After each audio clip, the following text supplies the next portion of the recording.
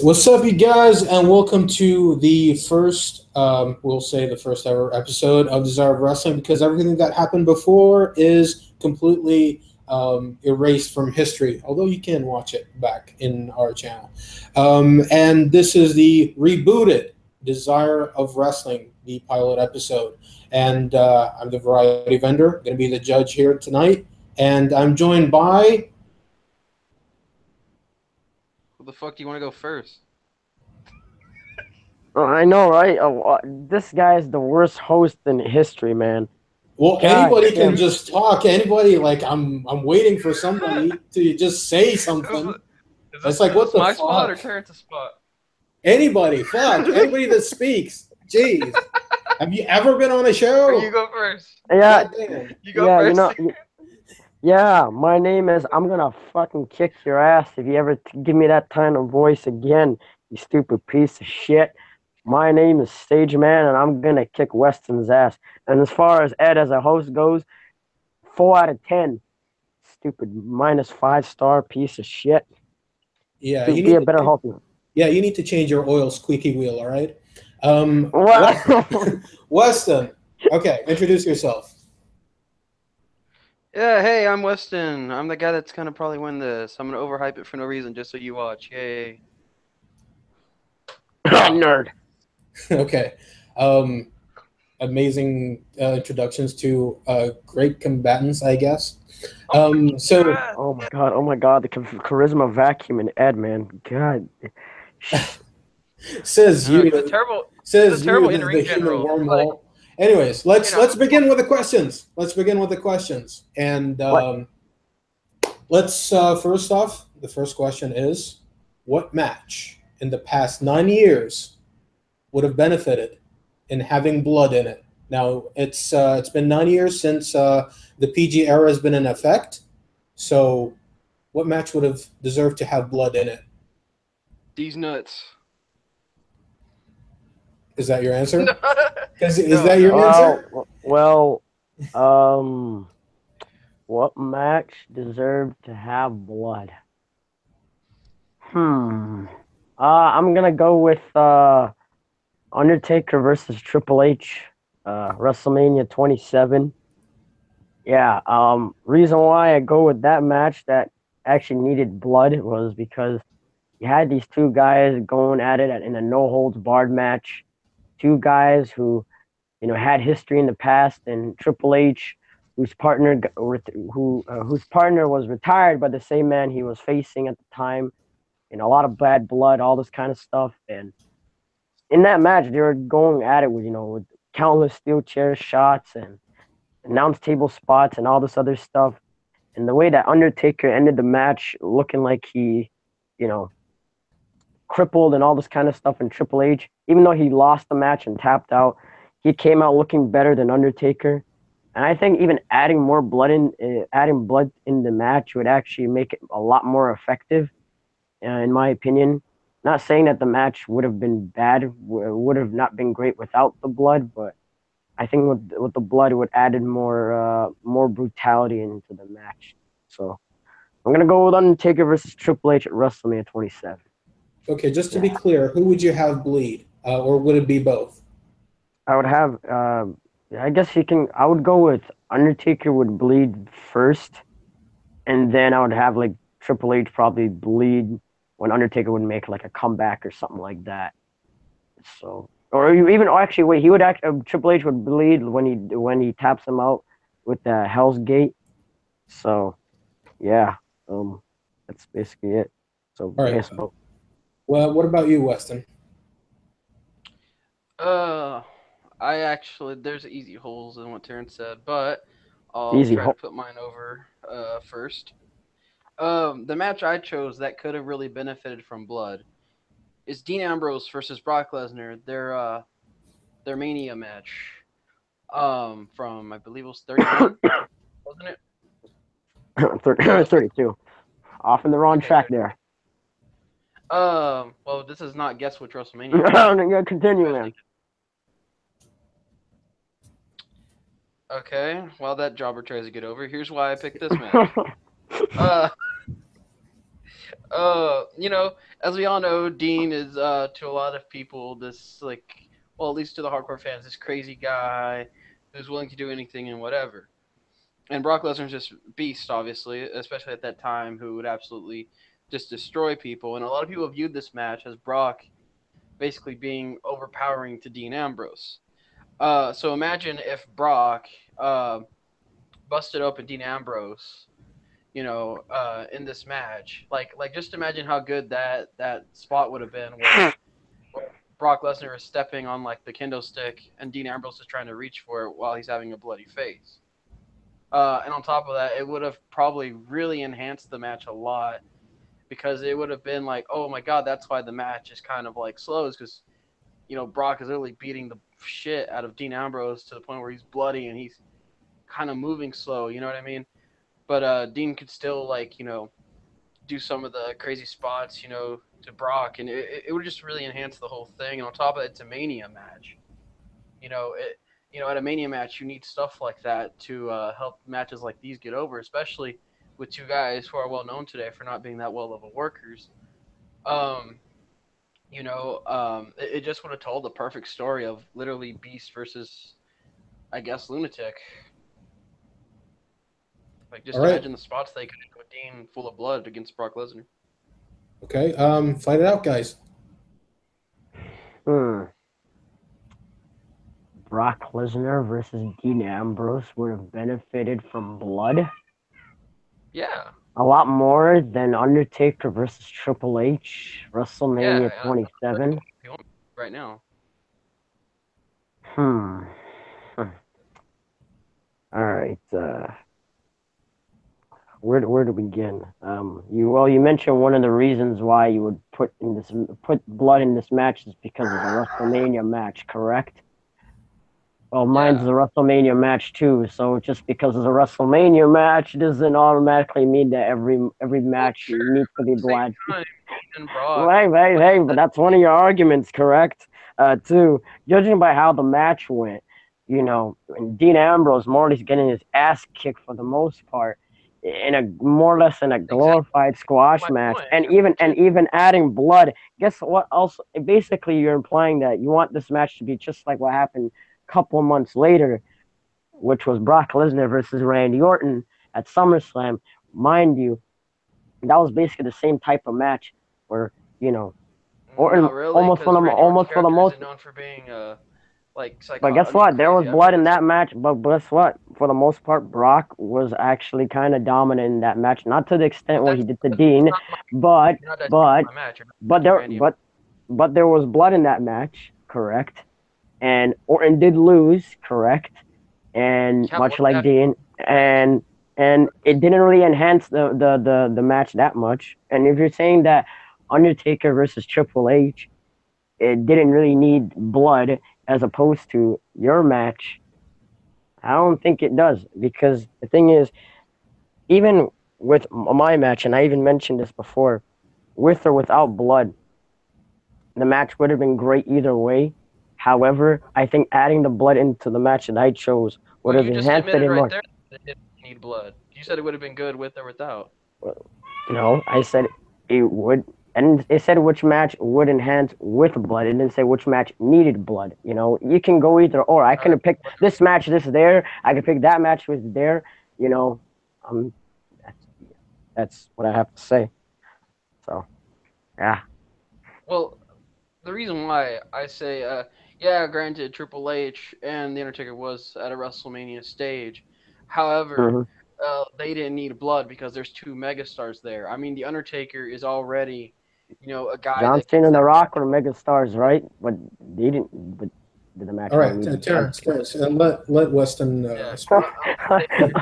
Hey, you told Undertaker me the is a rebuttal, so I'm just saying. Okay. Is a bit. Well, yeah. At least let me finish my point, like I did you, though. Okay. Okay. Okay. Uh, Okay. Okay. but My yeah, bad. um, you can cut me off if once I finish. No, no, no, no. I already did it Um, enough. So go but ahead. yeah, Undertaker is a big enough star and a big enough draw to the point where him just facing Triple H, who's also considered one of the greatest of all time, that's all you needed. Plus, it was in a Hell in a Cell, and on It top wasn't of Hell that, in the a Cell. story we're trying to tell could have been better with blood, maybe, but it was already good without blood. You had the story of Shawn Michaels, I believe, also as a guest referee. If that's the one No, you're talking Weston, Weston, no, no, No, no, no, the no, one no, match no. before that was The match, yeah, no Oh, Wrestling the holds match 24. barred. before? Okay. Yeah, Yeah. Well, either way, mine is Shawn Michaels and all that. It was, you still had two mega stars who don't need blood at all because people are already fascinated by what these two guys are going to do to each other. You know what I mean? However, going into the match, there were some hardcore fans who were like, "Oh, Dean and Brock should be a match together and whatever." But there were some fans like me who were like, "Oh, I don't know how they're going to cover up this match, because they're obviously you have two guys that are not really known for being good in ring workers." Um, but it could have been an easy and simple story for two guys that probably have no chemistry whatsoever.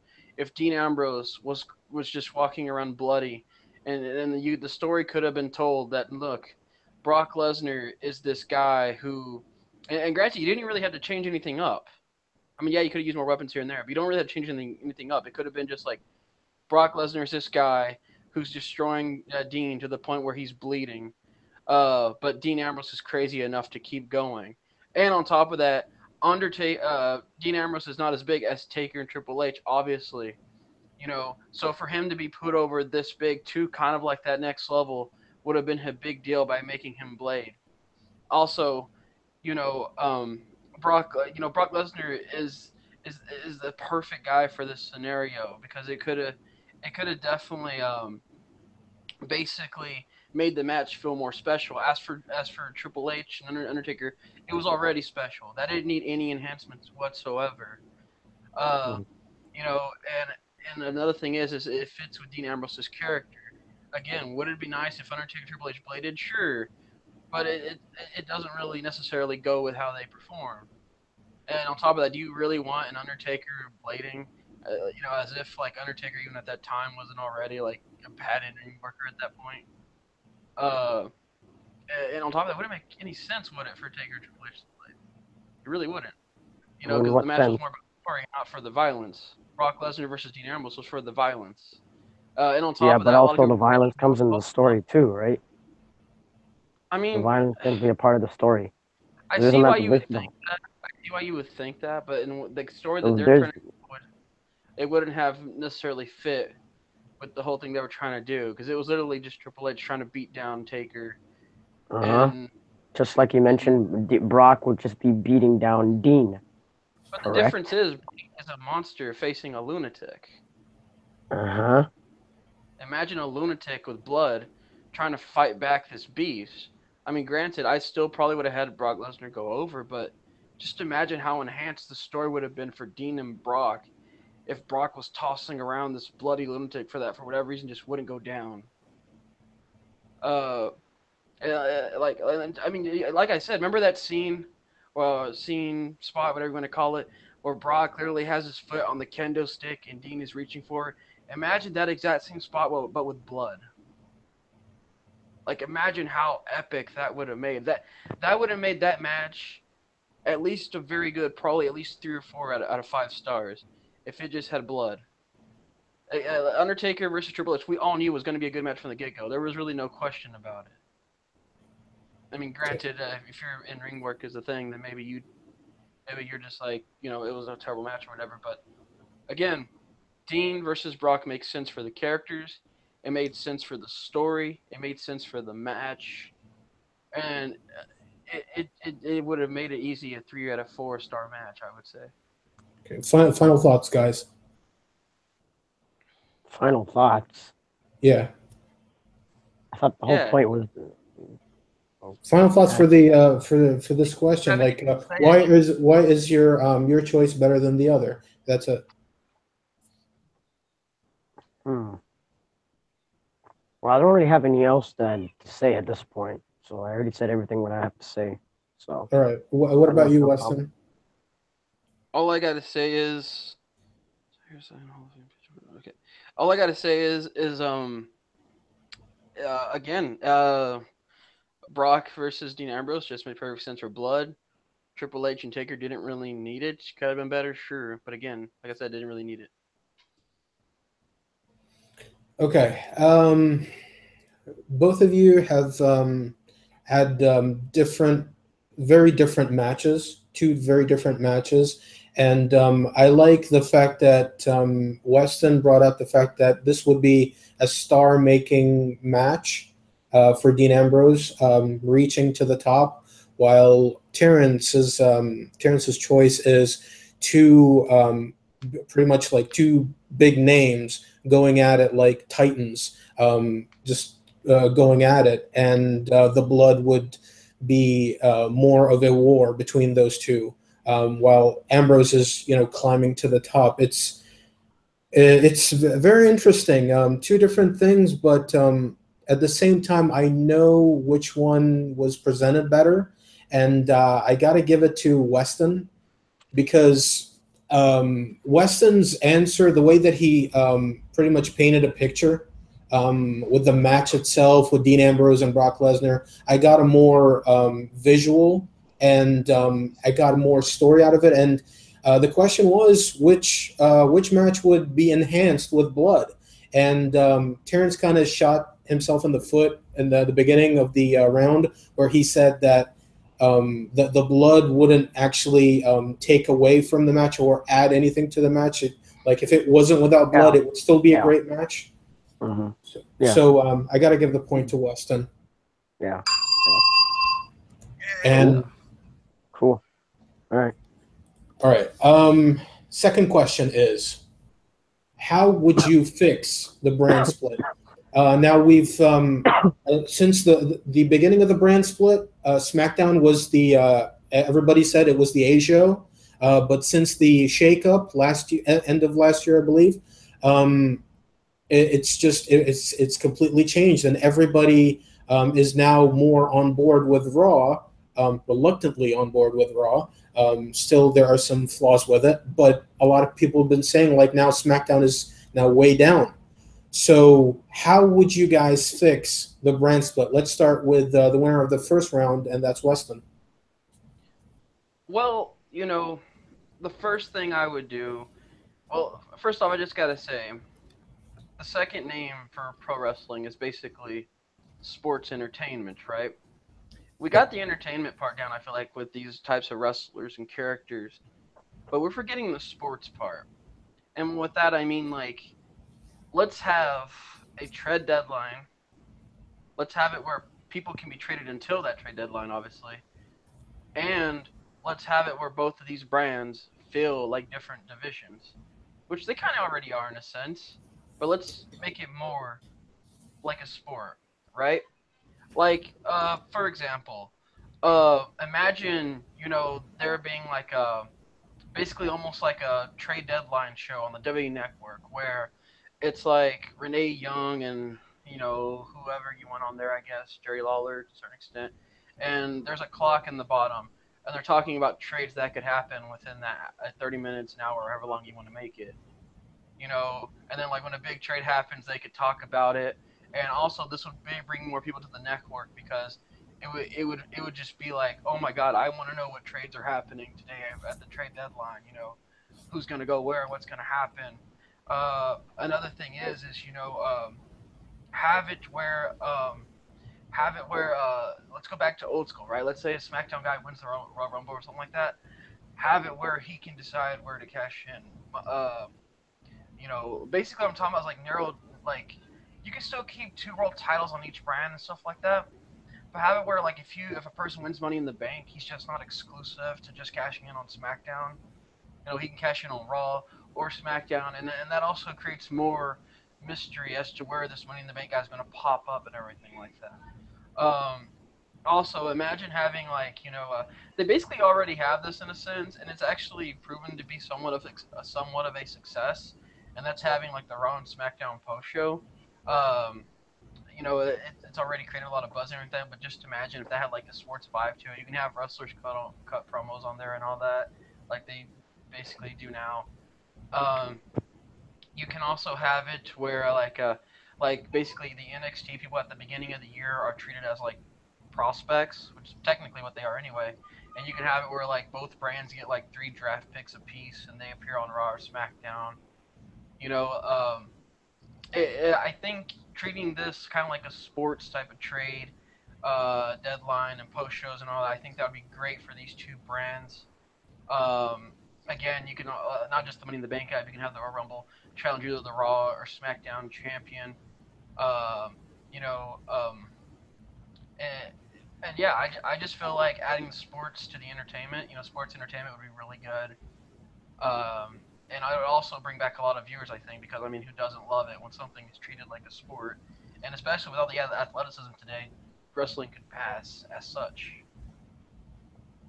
So Right. yeah, Okay. What about you, Terrence? Well, it's simply for me the way I would change the way I would fix the brand split. Well, it's not just it doesn't have to be just one thing though, right? I can explain a few things why I would change the brand split. Correct? Sure, you can. It can be like a broad stroke, and Okay, okay. I thought you meant like just one thing. Okay, but well, first off, even though there's a few things I would say that there are good things about the brand split. One of the biggest reasons why the brand split hasn't really been that great, and I wouldn't say it's more of the brand split per se, but it's more of SmackDown, and it's more of the entertainment side of things. I think in terms of the trades and all this kind of stuff, the way they have it formatted is fine. The execution is probably the issue, and that's more or less with the booking. You mentioned about when Ed mentioned about the superstar shakeup, and how it didn't really enhance or even didn't enhance SmackDown or even benefited SmackDown all too well. To be honest with you, I would rather just change the overall booking of SmackDown, just make it seem more exciting. The biggest reason why SmackDown became so great pre Shakeup was because it had that somewhat of a must see feel where every week there was always something cool that actually would happen, or there was always the storylines of certain feuds would always escalate in a much more exciting pace. A year ago, this time we would have Dolph Ziggler and The Miz having Miz TV segments and shooting off of each other, and John Cena and Dean Ambrose, going at it on the mic. AJ Styles as WWE champion, Bray Wyatt and Randy Orton doing their own mind game stuff, while the women are getting themselves an opportunity. It really felt a more must-see entertainment thing. The problem with SmackDown now is that nothing is really that entertaining. Sure, the Shane McMahon and Kevin Owens stuff may be interesting, but that's just pretty much it. You see Jinder Mahal as WWE World Heavyweight Champion, but he is in a very cringe-worthy, lackluster feud with Shinsuke Nakamura. That's not really a must-see. Randy Orton and Rusev trading 10-second wins each other. That's not really that great, at all. So I would more or less just change the overall booking of SmackDown to make it more must see. For example, I would for the WWE title feud, for example, if he wanted to go the route of Jinder and Shinsuke, I'd have it be more of an international warfare kind of thing where you have the Pride of India taking on the strong style of Nakamura, who's from Japan. They actually go at it, two guys who are proud of their countries and stuff like that. And I wouldn't, and you can make things more serious with these two, all this kind of stuff. Um, what else you would do?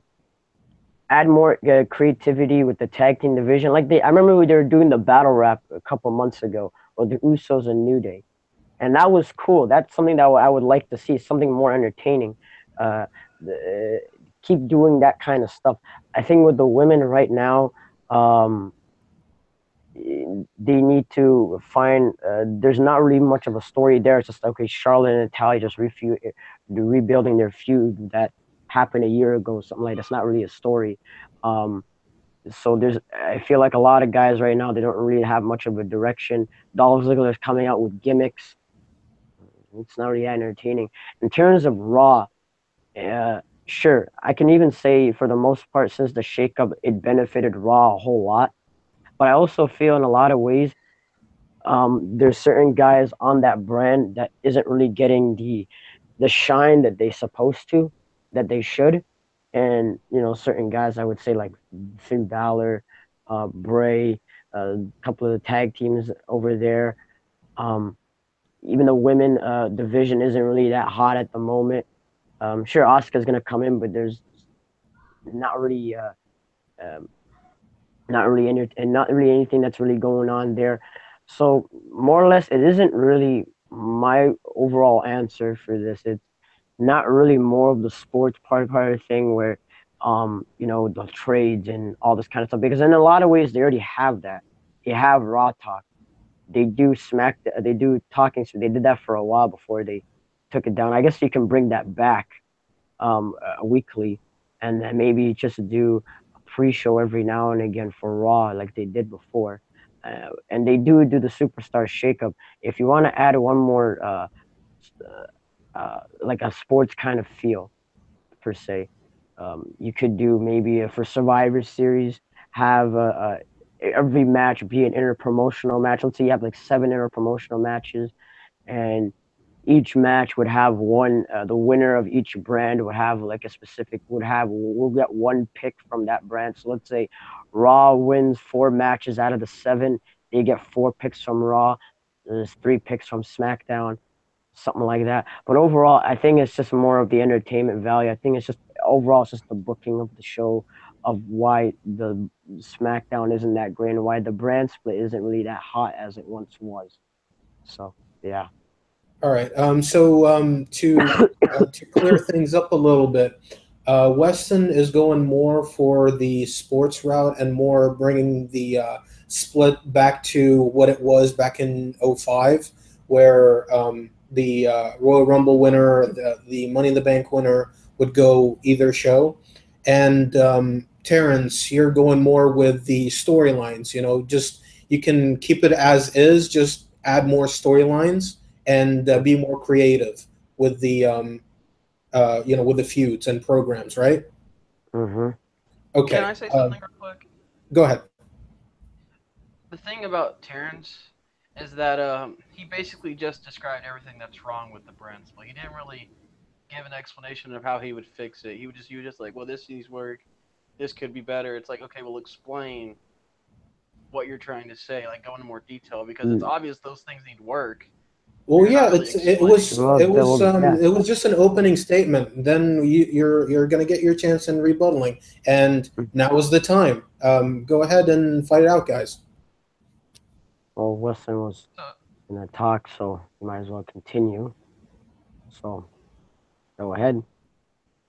so yeah, can you elaborate? Can you elaborate more on how on what you mean by this? Because again, like I told Ed, you're basically just saying what needs work, and you're not really Yeah, what needs like work explaining. is the overall booking of the show. You mentioned Yeah, about the trades and all this kind of stuff, but for and foremost, the overall product is what really is the issue here, and it's basically the entertainment side of things. Nobody will really give a shit about the sports aspect of things. If nothing is really exciting I in the don't know. entire I show. don't know about that Like because like let's legit. be let's be real. Like let's be real here with SmackDown. And I even mentioned this before. Apparently, you didn't hear me. SmackDown pre-brand split had that exciting feel. There were storylines there. There were things that you actually would like to tune in every single week. Heck, even pre-brand split, Raw actually had some cool moments. You would actually people were doing every single week in on the internet, and fans like us would think, "Oh, which show is better, Raw or SmackDown?" It had that coolness because which show would be entertaining every single week. Now nobody really gives a shit because it's like, okay, Raw is tolerable on some weeks, SmackDown there's not really anything at all. It's like nobody cares. So you can talk about okay, bringing the trades in and all this kind of stuff, but who really care about who trades who if the show and the overall characters and their storylines isn't really doing anything? The whole point of what you can get people to buy into the network is try to make people be invested in your product to begin with. If you don't get people invested in your product and then on your both brands to begin with, how the hell would anyone really care about what really goes on of the trades and all this kind of We stuff? both They'll just understand that. Me and Ed both so understand that, but again, you're yeah, just explaining what's wrong. You're not really yeah, telling and I'm how you're also not really telling me how you would fix it. and I did explain how I would fix it. I just You're like told you. Bob the Builder explaining how you're gonna screw the screw. But you're like, oh, All no, you did was just tell me there's just more trades, and you even told me they're already I doing didn't. that already. I That's didn't what you say. did. You said, yeah, you did. Said No, I didn't. bring more post shows and stuff like that. They were already doing that already. You said do the trades. They have. It's Not called the Superstar necessarily. No, Shakeup. top You of that, know, you say the and you sport. you You say mentioned and also sports. you mentioned about the Royal Rumble too. You said the Royal Rumble and you said that okay, and the Money in the Bank and stuff like that. You know, one of the key things of why the brand split, one of the key things of why the brand split should keeping is because of there's supposed to be no crossing the line, so to speak, and knowing By how the way, WWE hold is, on, get this across and real quick. You keep yeah, saying that, oh, the sports part wouldn't work. The sports part wouldn't work. Well, New Japan says hi, well, bitch. this is not New Japan, bitch. This is WWE World I Wrestling know. Entertainment. This is New Japan. Like, Like, come I on. never said. Like, I never said it no. But wasn't. here's the thing. And you always talk about New Japan though, in ring ability. Nobody really cares about in ring ability if they don't really care about the characters, right? Exactly. So, furthermore, and you mentioned, and here's the thing, you mentioned about the Royal Rumbles and you mentioned about the Royal Rumbles and the Money in the Banks and stuff like that, and you know, it doesn't matter who really goes where and where. You know, if they were to do that and they were to cross the lines of, if let's say a Raw guy will win the Royal Rumble, they can actually choose whoever do this and do that. In a lot of ways, this is one of the problems. What really caused the brand split in the beginning to really suffer was when back in like '09 and '10, where you have a Raw guy would win the Royal Rumble, but they end up going for the SmackDown title. This is where the crossing lines were beginning. And knowing WWE, once they start doing that, they're gonna continue doing that until the brand split becomes nothing. And it's been like, and same with Money in the Bank. How many times you would have the Money in the Bank guy randomly show up every other week on different shows, while be like, oh, whatever, you know? So yeah. Again, we're not disagreeing. WWE's booking is atrocious. However, I feel like I have given more detail on how I'd fix the draft pick, and not just like what you're doing, which is simply just pointing out what's wrong. I told you there needs to be a trade deadline. There needs to be like a draft at the beginning of the year. I'm not talking about a superstar shakeup. Fuck that. I'm not talking about that. I'm All right, talking about hold on one sec, guys. Just one sec. All right. Okay. you're saying. I guess we'll just take a break for a little bit until he gets back. Yeah. Like again though, like I really do feel like he's not really going into detail about how he'd fix it. He's literally just sounds like he's just pointing out what's wrong, which we can all agree there needs to be improvements here and there. But uh, again, We'll definitely get to it as soon as he comes back. We'll get back into the fight. I know you're right now hot blooded and you're really want to start kicking some ass, but we just got to save it until Terrence comes here, and then we can restart this match. maybe Terrence is trying to Google how No, to be. I'm not googling anything. I'm back. Why would I want to Google something about the issue? We already. Anyway, to finish my point, Okay, again, go I'm not ahead, talking about Weston. Yeah, I'm not go ahead. talking about a superstar shakeup. I even said fuck that. I'm talking about like a legit sports type of like. I'm not even trying to change the WWE to be just sports. I'm just saying like as far as like superstars going here and there and like bringing up certain wrestlers and all that, Sports Life could really help that. Like again, imagine a draft at the beginning of the year where NXT talent, like I don't know, let's say Raw drafts so and so, SmackDown drafts so and so, just from NXT, and then like during until let's say SummerSlam, let's say SummerSlam the trade deadline, you can trade wrestlers up at that point, and it would also help the WWE Network because you're getting a trade deadline show where people are going to tune in and watch. Even probably those that aren't wrestling fans are going to tune in and watch because they're going to love how this format is presented to them.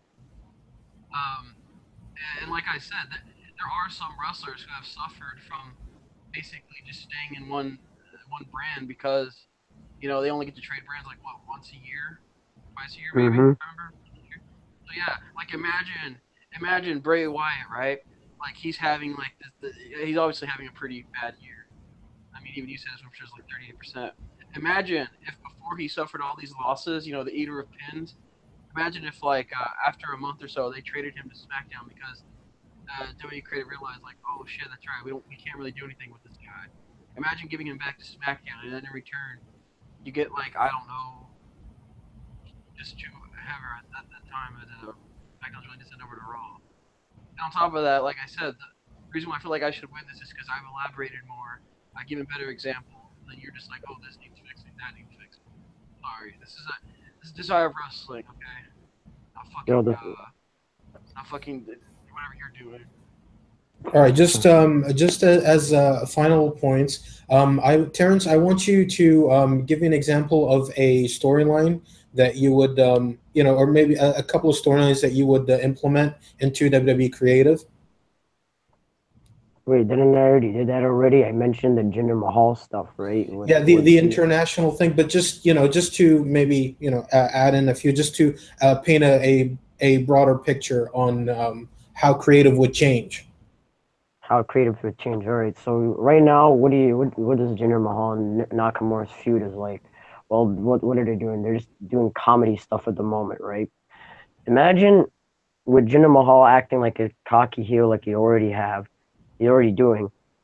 But you make, and I had talk about this whole international warfare kind of thing.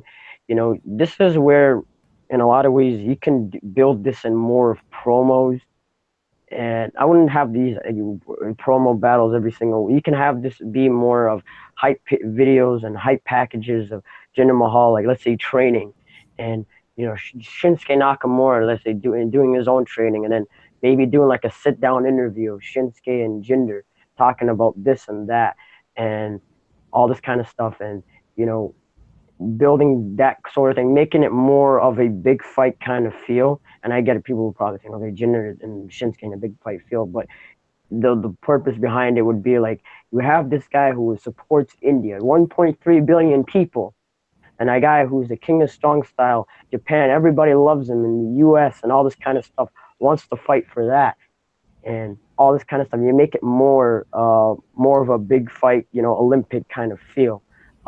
So that's one thing. Um, what's another thing Didn't we they kind can of do? already do that? I mean, you got to No, remember. not really. What did they even doing for the last 3 weeks? Look at that face! Ha ha ha ha ha! Well, I'm talking about the first That's go around, not their not second. really. They didn't build anything to SummerSlam. We're just like, oh, Shinsuke beat Cena, and that's it. Yeah, yeah, you know. So that's to elaborate on what I'm saying. That's what I would do. So yeah. Okay, what about you, Weston? Do you have a final point? Uh, I guess too. Sure. I know this question wasn't really aimed towards me, but I feel like giving you more detail about this will probably help you decide the winner. I would divide them into like let's see, what is this? The cruiserweight, main event, women's, mid card. Okay, I would divide the riders into four groups. So that way, it's easier to keep track of what's riding what, and also it'd be easier on the riders because they would have one thing to focus on. But wouldn't that be Uh, more of building the entertainment side of things rather than sports kind of thing? Is like if you really Not think about it, necessarily. It depends on the talent, really. it depends on creative, correct? Well, I mean, sure, but Yeah, it's well, like I said, it's well, basically there it is. depending on the type of character they're writing for. Well, It's not like I mm-hmm. should have. See, this is Terrence talking. Oh, you No, it depends on the character you're writing for, correct? know, Which but is you also a literally part of the creative of the character and about you how literally entertaining the character is and what entertaining stories. you literally called into a retard. Like all I said it depends on the character. You're like, oh, he's Okay, admitting I'm right. okay. It really doesn't. Just go ahead, just go ahead, just go ahead, just go Look ahead. at that! Just attacking the bottom. Just go And Terrence sounds like a southerner for some reason. ahead. Well, I'll do a JBL impression. Okay. But anyway, another my final point is listen. We got the athletes. That's no question. We even got characters here and there. Let's learn how to use them right. Because I feel again we have the entertainment part down to an extent. We have a couple characters to play with here and there. Okay, but what's entertaining? Let Uh, Weston finish. Let Weston Okay, finish. okay, okay, okay. basically what I'm trying to get down to is that we have the key players, so to speak. We have a couple of key players. The only thing that needs to be added to me is a little bit of mystery with the way I have formatted the brand split, which is the main question, by the way. It's not what's missing. It's how you fix the brand split. So yeah. Oof. All right. Um, very interesting ways I'm looking at it. Weston adding more sports into the entertainment, and Terrence adding more entertainment to the sport. It's a very interesting way to look at it, and you both had good points. Weston wants to go back to basically 2005, and yeah, I wouldn't mind that. It was a great time, and there were a lot of fans that are into it and are actually clamoring for that. And that's exactly what they wanted in the brand split when it returned. And Terrence actually brought in a few good points about the fact that SmackDown was must see. Raw had good moments because of the creativeness and how they actually were different from one another.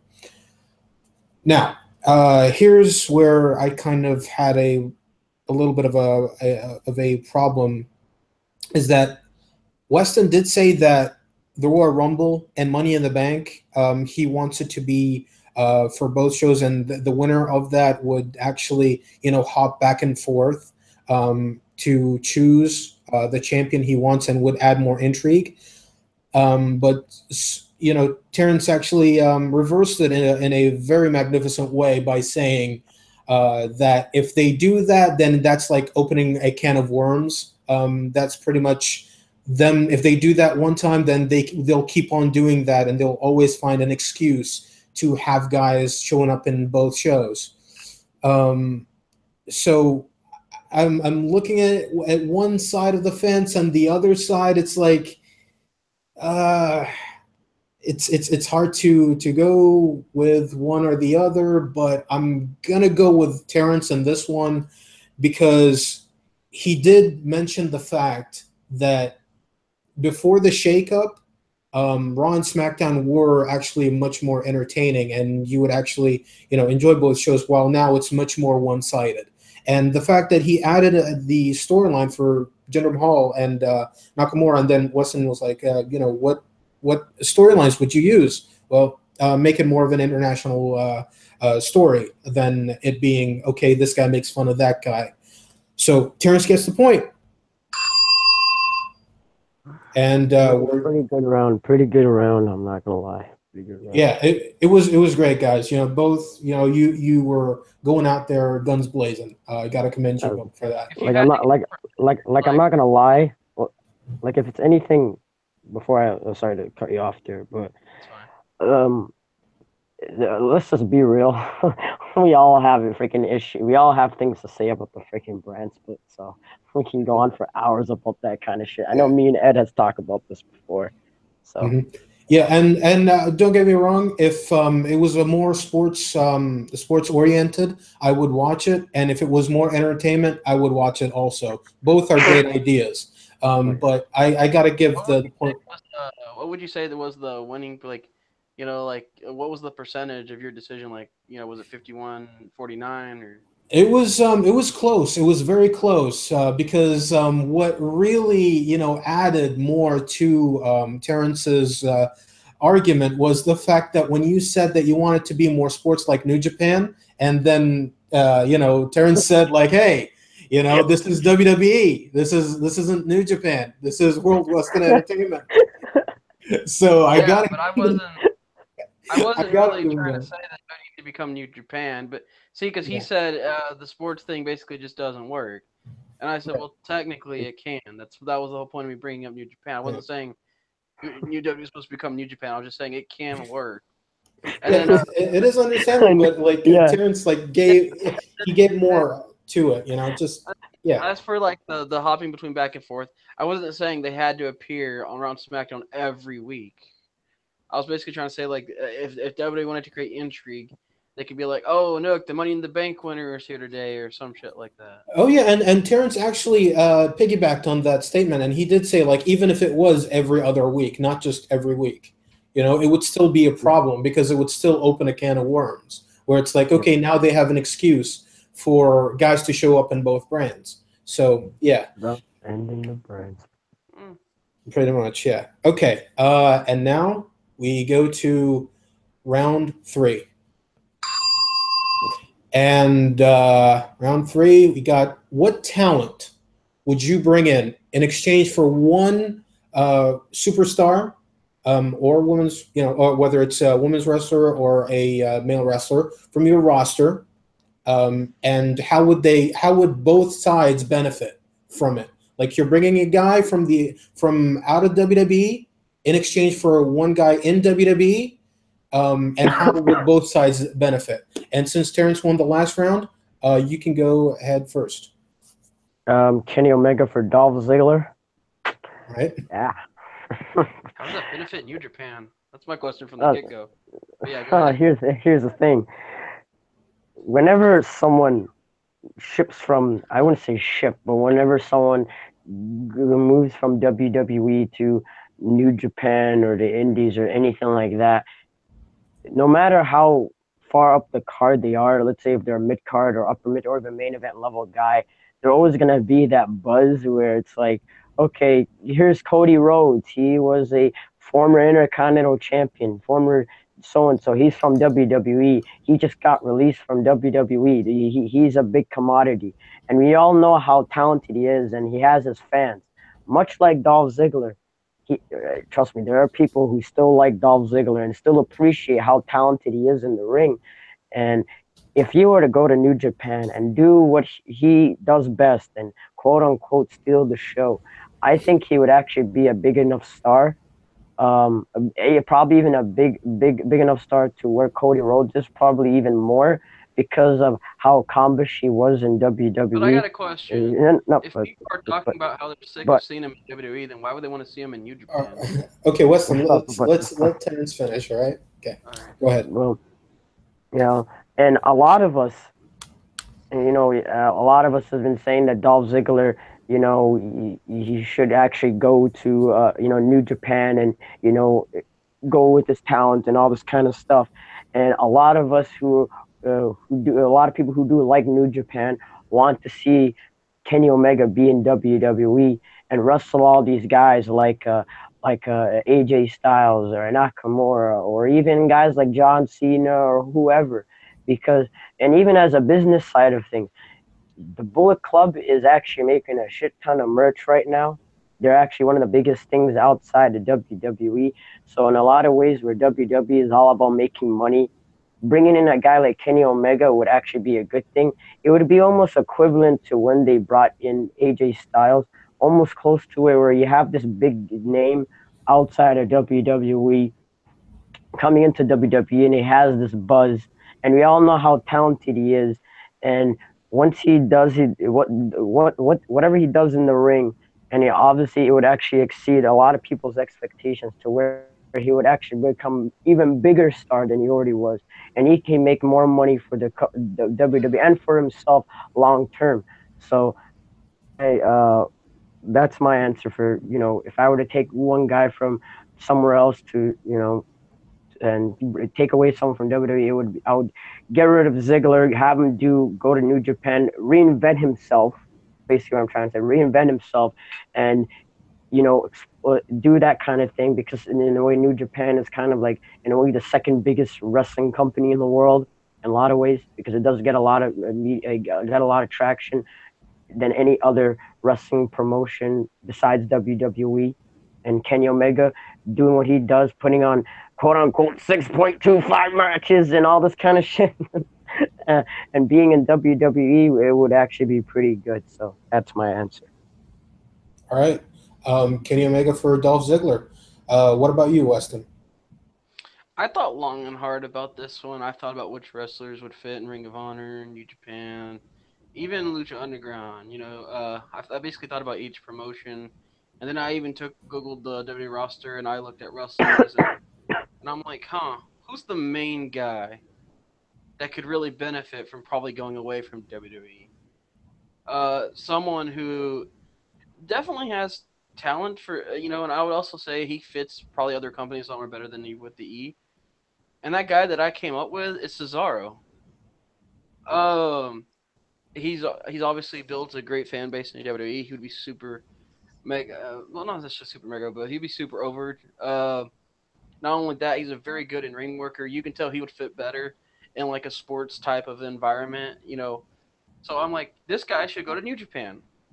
Cesaro in New Japan would absolutely be amazing, I think, because he just fits over there. I mean, it's almost a perfect match. And the guy that I would get from New Japan is ironically Kenny Omega. Um, so as for Kenny Omega, I feel like it makes sense for a lot of reasons. Number one, he could probably help enhance the club as far as being a more better team. Um, and he could also help himself because if he's willing to kind of accept, I guess, kind of a more serious and entertaining part of him, you're talking about a guy that has potential to just absolutely, you know, probably become a main eventer, a full time main eventer. But he definitely can help the WWE right there. Is again the club. Also, he's a very flexible type of wrestler. He can help in the main events when you need to, mid card. And he already brings a big fan base with him to WWE, and then the people he's exposed to that never seen him would definitely become a bigger fan of him. And Cesaro, he brings a good crowd with him too from WWE New Japan, and it might get new eyes on New Japan. And both sides of the fence, I believe, really benefit from this. You can even have Cesaro join the Bullet Club if you want to, or do what I would do, and I would make him a baby face for New Japan. Like the guy that he basically won't be talking about WWE anymore. He would just be like, listen, I know you guys feel like you haven't seen my full potential, but over here you definitely will. I just went to WWE to master my craft, and now I'm here in the place that I've always wanted to be. Um, so yeah, and Kenny Omega, yeah, I think I already explained everything to explain with Kenny Omega. He's just a very flexible guy in WWE, and he's definitely a guy a lot of wrestlers, I mean, a lot of fans have been wanting to see in WWE. All right, fight it out, guys. Um, I guess it's more or less we're fighting on who should leave from WWE to go to whatever instead of vice versa because we both picked Kenny Omega and all for the right reasons. So I'm more or less going to dispute why I feel like Dolph Ziggler should actually move into go somewhere else instead of Cesaro. Um, I think why I say Cesaro isn't really a good pick as opposed to Ziggler is because Ziggler, him compared to what he's doing, compared to what Cesaro's doing right now, Cesaro is has a great run with Sheamus right now. They're one of the top tag teams on Raw right now, and I feel like a lot of fans, including myself, don't really want to see. I'm not saying they don't really want, are not really clamoring to see Cesaro leave and go into the go to other places just yet, because in a way he's only been in the company for only 5 years or something like that, and he does have miles to go. As for Ziggler, it's more or less just him being complacent, and he's already accomplished a lot, and they're not really doing much of him. So it's like him going to a New Japan and being as recognizable as he is, because in some cases Ziggler in some cases is more recognizable than Cesaro if you really think about it, you know, and him going to New Japan or whatever can do some good for him.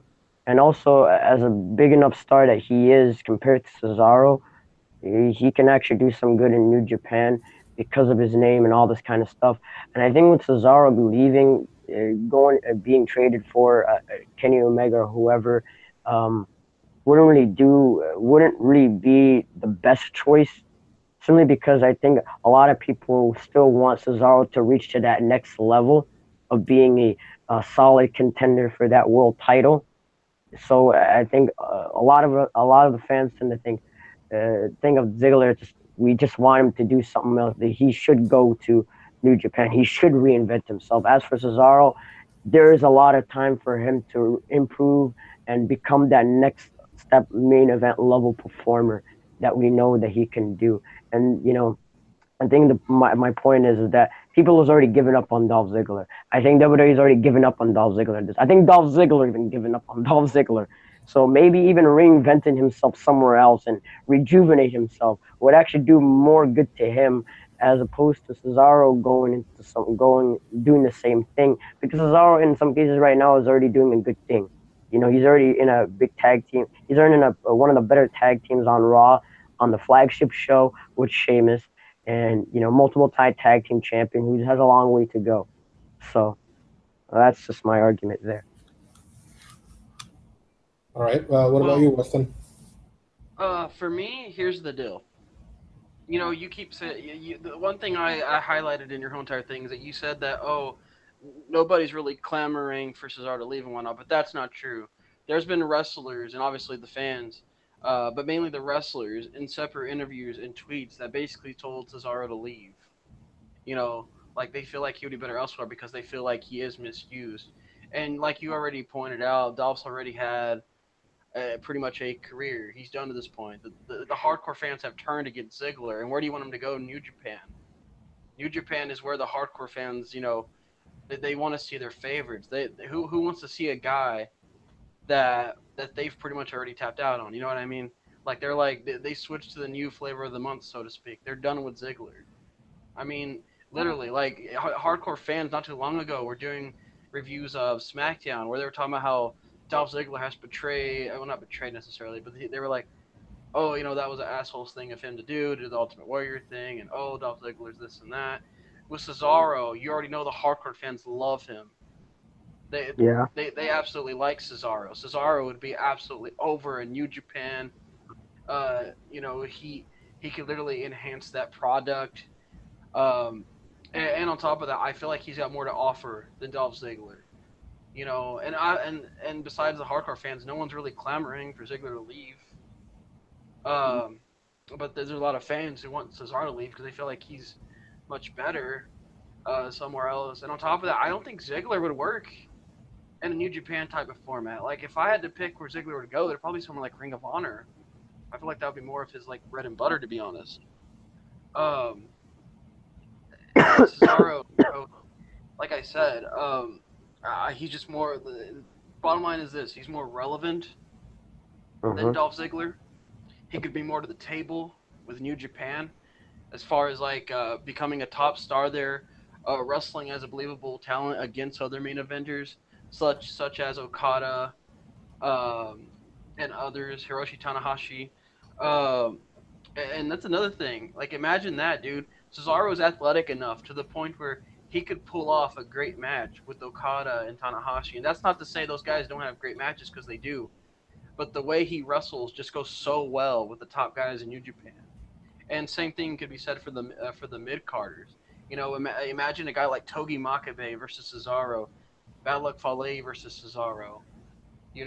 He just goes so well with that product and could help basically anyone wrestle to a great match. Another thing is he brings New Japan a lot more merch sales than Dolph Ziggler probably would ever would. Um, Ticket sales, and on top of that, he could probably really help them become kind of mainstream. They're already mainstream in Japan. I'm talking about like worldwide mainstream, by the way. Another thing is that at this point in their careers, people don't want to see Dolph anymore, especially the hardcore fans. Cesaro, however, people they want to see him somewhere else. They're literally almost desperate to see him go somewhere else. So you mentioned Cesaro. So let me ask you this: who's more over, Dolph Ziggler or Cesaro? Right now, Cesaro, Okay. how's he not? He's Okay, he's over. Like I mentioned before, Cesaro is one of the better guys you have on your Raw roster who is being utilized. You mentioned about how before people would say, wrestlers say he's being underutilized. That was back then. Look at him now and look at Ziggler back hold then on. compared to now. I got a good And counter to and that. and let me counter what you mentioned before. If you said that nobody cares about Ziggler, you know who nobody cared about a year ago? His name was fucking Stardust. And he got released from the company. Cody got released from the company, and look where he is right now. The difference Compared is to though. what and look at no and look Make 2 points. and I look just want where to make Zig. Okay, so I'm yeah, gonna make 2 points and I'll let you go on. Number all right. one, people actually wanted Cody to leave. You know, and they liked Cody. They just didn't like the Uh character. They just flat out huh. don't like Ziggler. It doesn't matter who he is. My second point being is that you say, "Oh, Cesaro's being used right now." That's not true. Yeah, He's he not is being over. used. He is Hold on, used. hold on. He's not. He is Hold on. over. He's not. You Hold just on. mentioned he was over. You didn't let me explain. I'm not saying he's not over. What I'm trying to say is, if you let me speak, is he's not over because of how well he's been booked. He's over because he's what he's done on his own. Creative. I mean, literally, the fact that he's in a tag team that was just randomly put together goes to show Creative has nothing for him.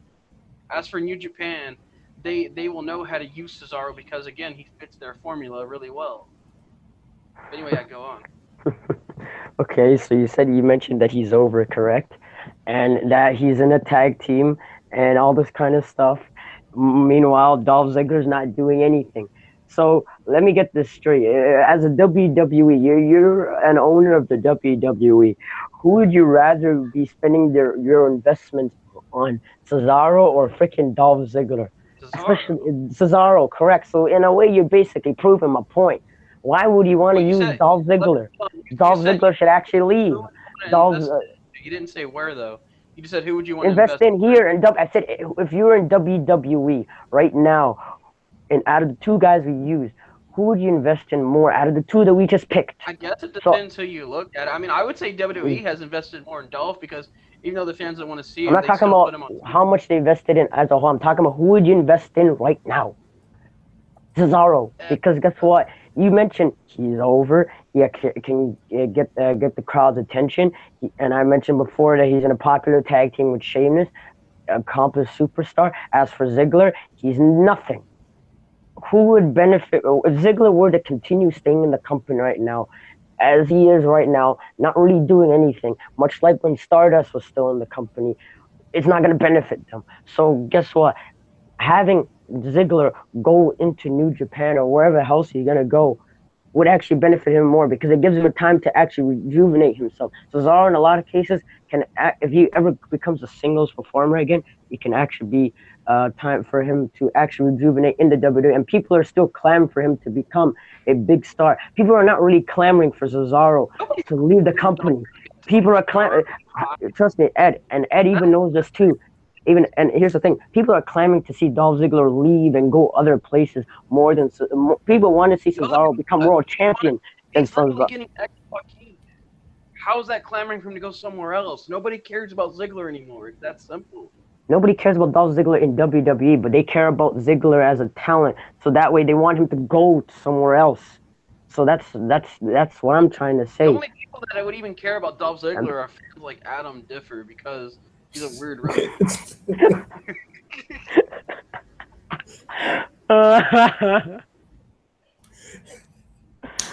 Okay. Okay. yeah. I think I've heard enough. Um, that was um with Terrence going with Dolph Ziggler and Weston going with Cesaro. Okay, and you both of you made great points. Okay, with the fact that Cesaro going to New Japan would be a perfect fit because Cesaro works that same style, and him going to New Japan would actually not only bring in star power and he would also have great matches there. Terrence going with Dolph Ziggler, rejuvenating Dolph Ziggler's career, going to New Japan and having great matches there. And yeah, but I do think that there is a wild card here that both of you didn't touch upon, or I don't think that you guys have actually heard about the fact that Dolph Ziggler is actually contemplating retirement soon and going for a stand-up career. But since none of you actually brought that up, that's not part of the argument. So Cesaro and Dolph Well, Ziggler. I kind of said something to that effect. I kind of did. I said that basically Dolph Ziggler's career is seeming like it's almost over. So So I you're kind of saying so So you're saying Weston got the point? It, Hold on, he's not done yet. I haven't finished. I haven't Oh, finished okay. yet. Oh, Okay. okay. Okay. Now, Weston, I do think.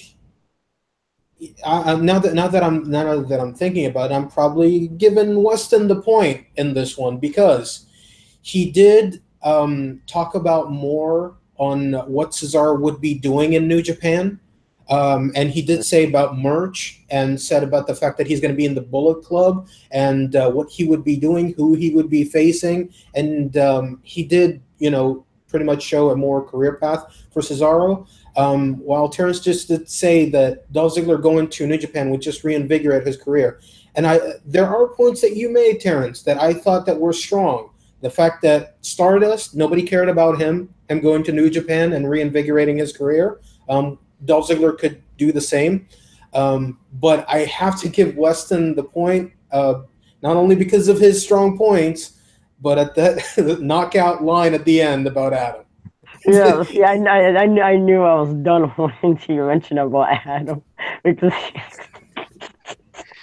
that was like a 5-star frog splash right there.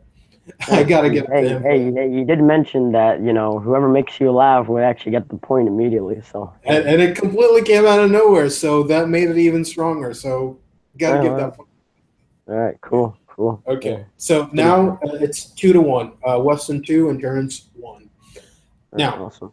here we go. Fourth question.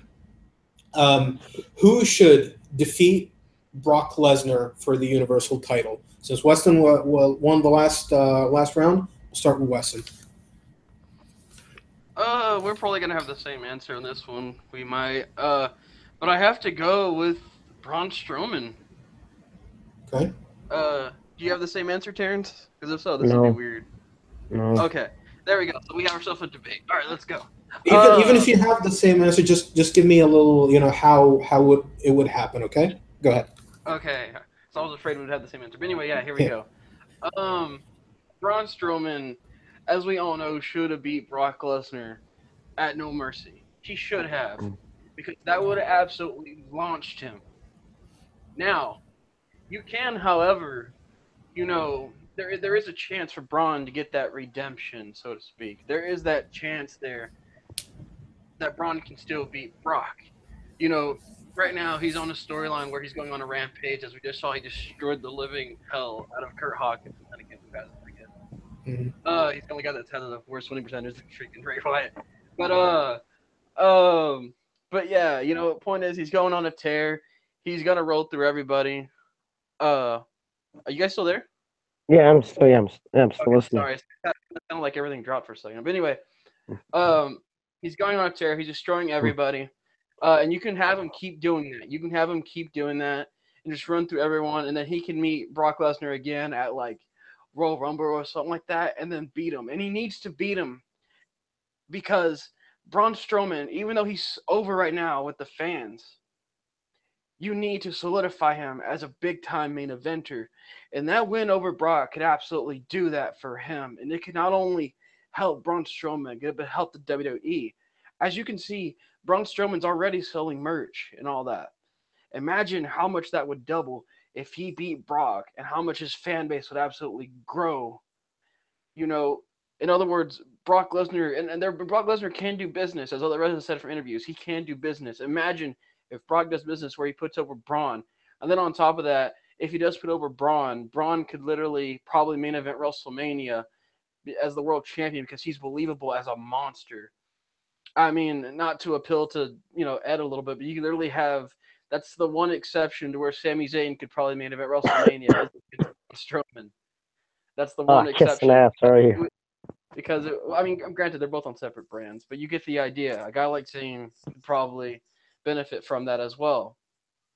Not only that, you're helping to solidify a new star that could literally, maybe in the future, maybe with a little bit of luck, become your top babyface. I know technically to a lot of people, including me, those basically don't really exist anymore. But just to simplify it, that's pretty much what I'm trying to say is he could be your top babyface. Another thing here is Brock is kind of to that point in his career where he doesn't have to keep retaining the title. Number one, he's still going to be viewed as a beast. He's still going to be viewed as a badass. And the question is who should face Brock Lesnar, right? You know who should Not beat necessarily. Lesnar?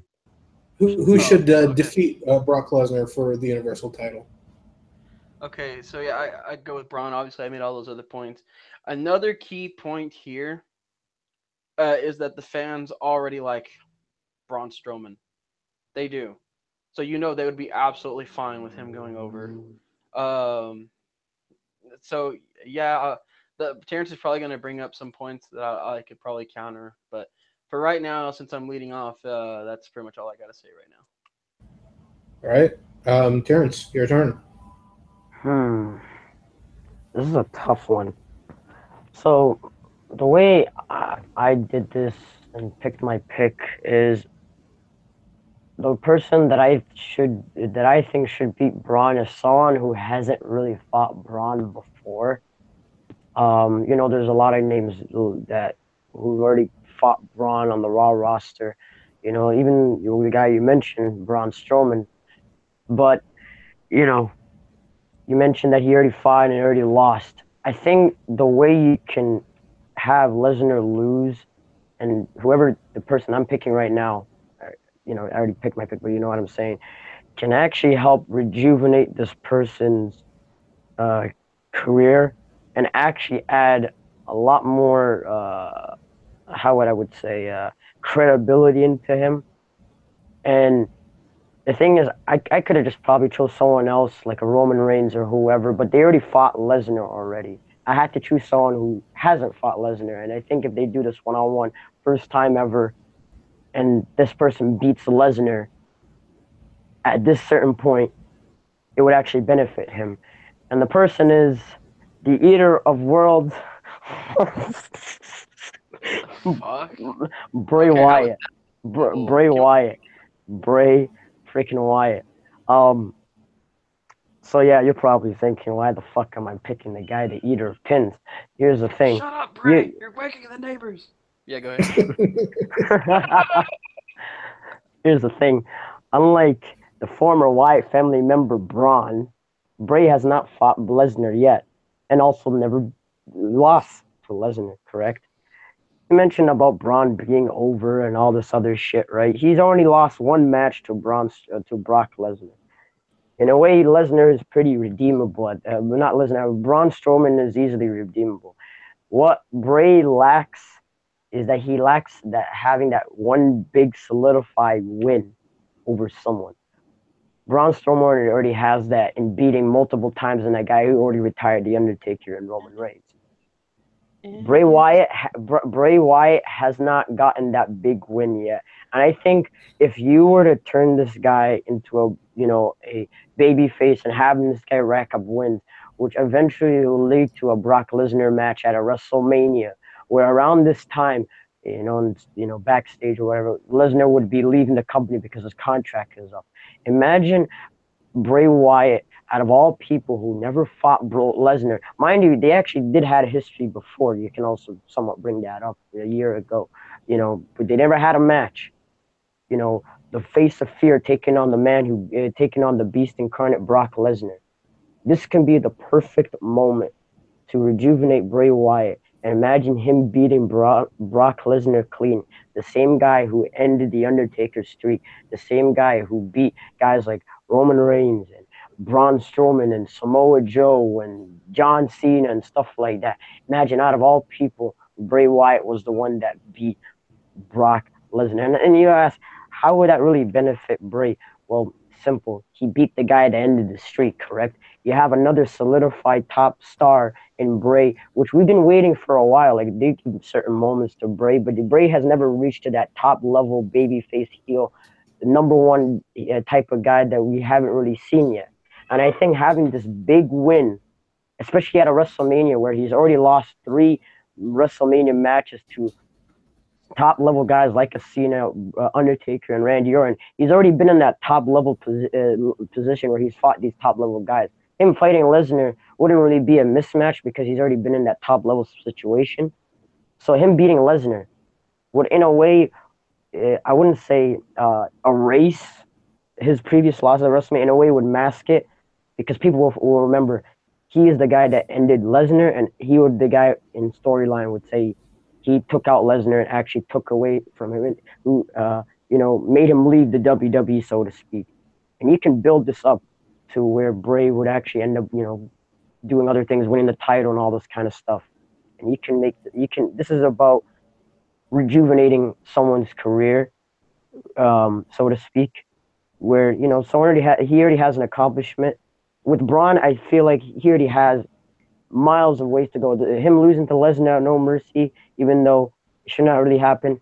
He has miles to go to becoming a big star one day. With Bray, I think this is his time to rejuvenate him and become that big time superstar that he should be. And I think him beating Lesnar would do just that and would build up his credibility so much. So that's just my opinion. No, Brock All right. Lesnar. Just to be clear about things, Weston, you're picking Braun to beat Lesnar at Royal Rumble 2018, and It's at a Portland show, something like that, some type of big four. It doesn't have to be necessarily at a certain pay per view, but if it's at a big four, I feel like it'd be more spectacular. okay. And Terrence, You said Royal. you're going for You said WrestleMania, right? Yep, WrestleMania 34. Yep, for the title. Okay. All right. Yeah. All right, guys, fight it out. Do I really have to fight this one? Should this be self-explanatory? You have to, bro. Okay, well, I mean, sure, why not? Oh, yeah. Come on, Bray, eat that white dog shit. I'm not eating white dog shit. No, yeah, shut your mouth, SA. Yeah. Okay, I'm gonna try to be serious. Okay, first off, Bray beating. Okay. Bray beating.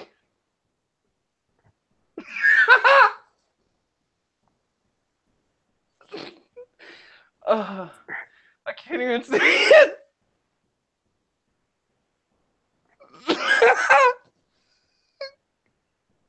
Come on, Weston, you gotta debate, bro. Come on. Oh, Bray beating. Oh, come on. It's called a debate, kid. At some point, you gotta debate. So hilarious. Just the thought of it is like kind of killing me inside. Okay. Bray beating Brock. That's hard enough to say. It's not believable, and it would be really stupid for Bray to just all of a sudden beat Brock. Like literally, like shouldn't you build up Bray again before he goes after Brock? It makes no sense to just be like, well, now we're gonna have him beat Brock because why not? And just because it's Yeah, at a WrestleMania doesn't mask the fact that. Go ahead. You got a point. Well. I did mention in my point that you would actually build Bray to eventually him going after Brock at WrestleMania. That's why I did at WrestleMania, not at the Royal Rumble. Okay. So that's one flaw in your argument right there, Sonny Boy. Second of all, Lesnar already beat Strowman clean with one F5, correct? And even if you do a rematch at the Royal Rumble, which is, to be honest with you, would be an odd place to do a rematch because you're doing because I didn't mean necessarily it had to be specifically at Royal Rumble. I said a type of big four type of people. So like let's say Survivor Series, right? So let's say Survivor Series. Okay, so something. So if you were doing a Survivor Series, okay, in a way, personally, doing a rematch with Lesnar and Strowman. It doesn't. To be honest, the mystique is already gone. Once Lesnar already pinned Braun Strowman with one F5 in a lot of ways. Just like I thought about Roman and Brock, the mystique is already gone because it's like if they were to, let's say, done Braun and Brock a rematch, they would have done something at No Mercy where it's a double, like a no contest or whatever to protect Braun, and there's actually a legit story there. Now it's just like, okay, Braun is lost clean to Lesnar with the F5. Is there really a point to actually have a rematch at this point? Not really, but I guess that's your deal. You know, when in terms about in terms about Braun, you picking to beat Lesnar. But You I hope know, you know there's been you a lot of wrestlers who lost like types of matches that Braun did, but came back and won because it made sense for the story. yeah, but he also trying to dispute my pick and Bray. Bray has lost big matches as well, correct? And you're saying, you know, you Let can me come ask, back, and this is gonna be a comeback moment for Bray. let me ask you this. That's Let me yeah, ask you this because it okay. was supposed to be my turn to just talk anyway. Yeah, it's called rebuttal, kids. But We anyway, can no, rebuttal it's all not. you want.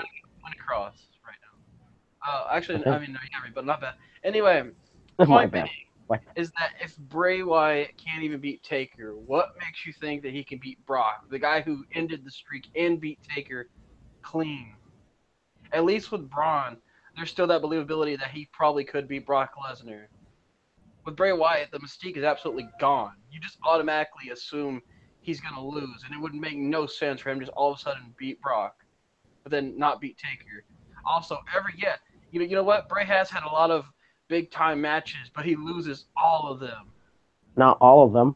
He's beaten a lot of top names, including, let me mention, Daniel Bryan, Chris Jericho, John Cena, who he took the title off of him twice and beat him twice.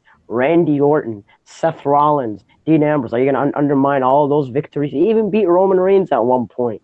He beat a lot of top names. Sure, he loses a couple of feuds here or there, We're talking but about and Bray here's Wyatt now. Braun, and here's Braun. He's only beaten Roman Reigns, and then you're talking a lot of people who fought Brock Lesnar He's beating also Roman lost Reigns, to. who Bray Wyatt cannot But but beat. but but here's the thing. Here's the thing. You I'm mentioned not no, even necessarily saying but like no, no, all. no, no. But you mentioned, but no, no. But you mentioned they've lost all those big. You said Bray Wyatt's lost all the big matches. Braun Strowman only had Well, all one the big big match matches. going Makes into. sense.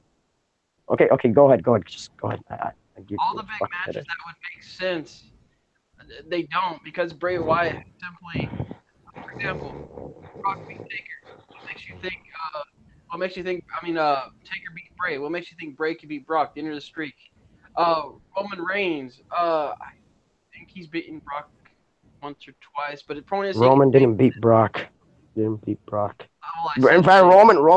Roman lost to Brock at SummerSlam. What's your point? Okay, That's what I was saying. really. Well, anyway, point is, Roman can beat Brock, but yet Bray can't get over Roman. Now remember, we're talking about now. We're talking about Bray Yeah, we're talking. 2017. Yeah, we're talking Would it about make right sense now. for Brock Lesnar? Absolutely not. It would be the dumbest booking decision probably since David Arquette won the WCW World Title. That's Whoa. literally how Okay, it would be.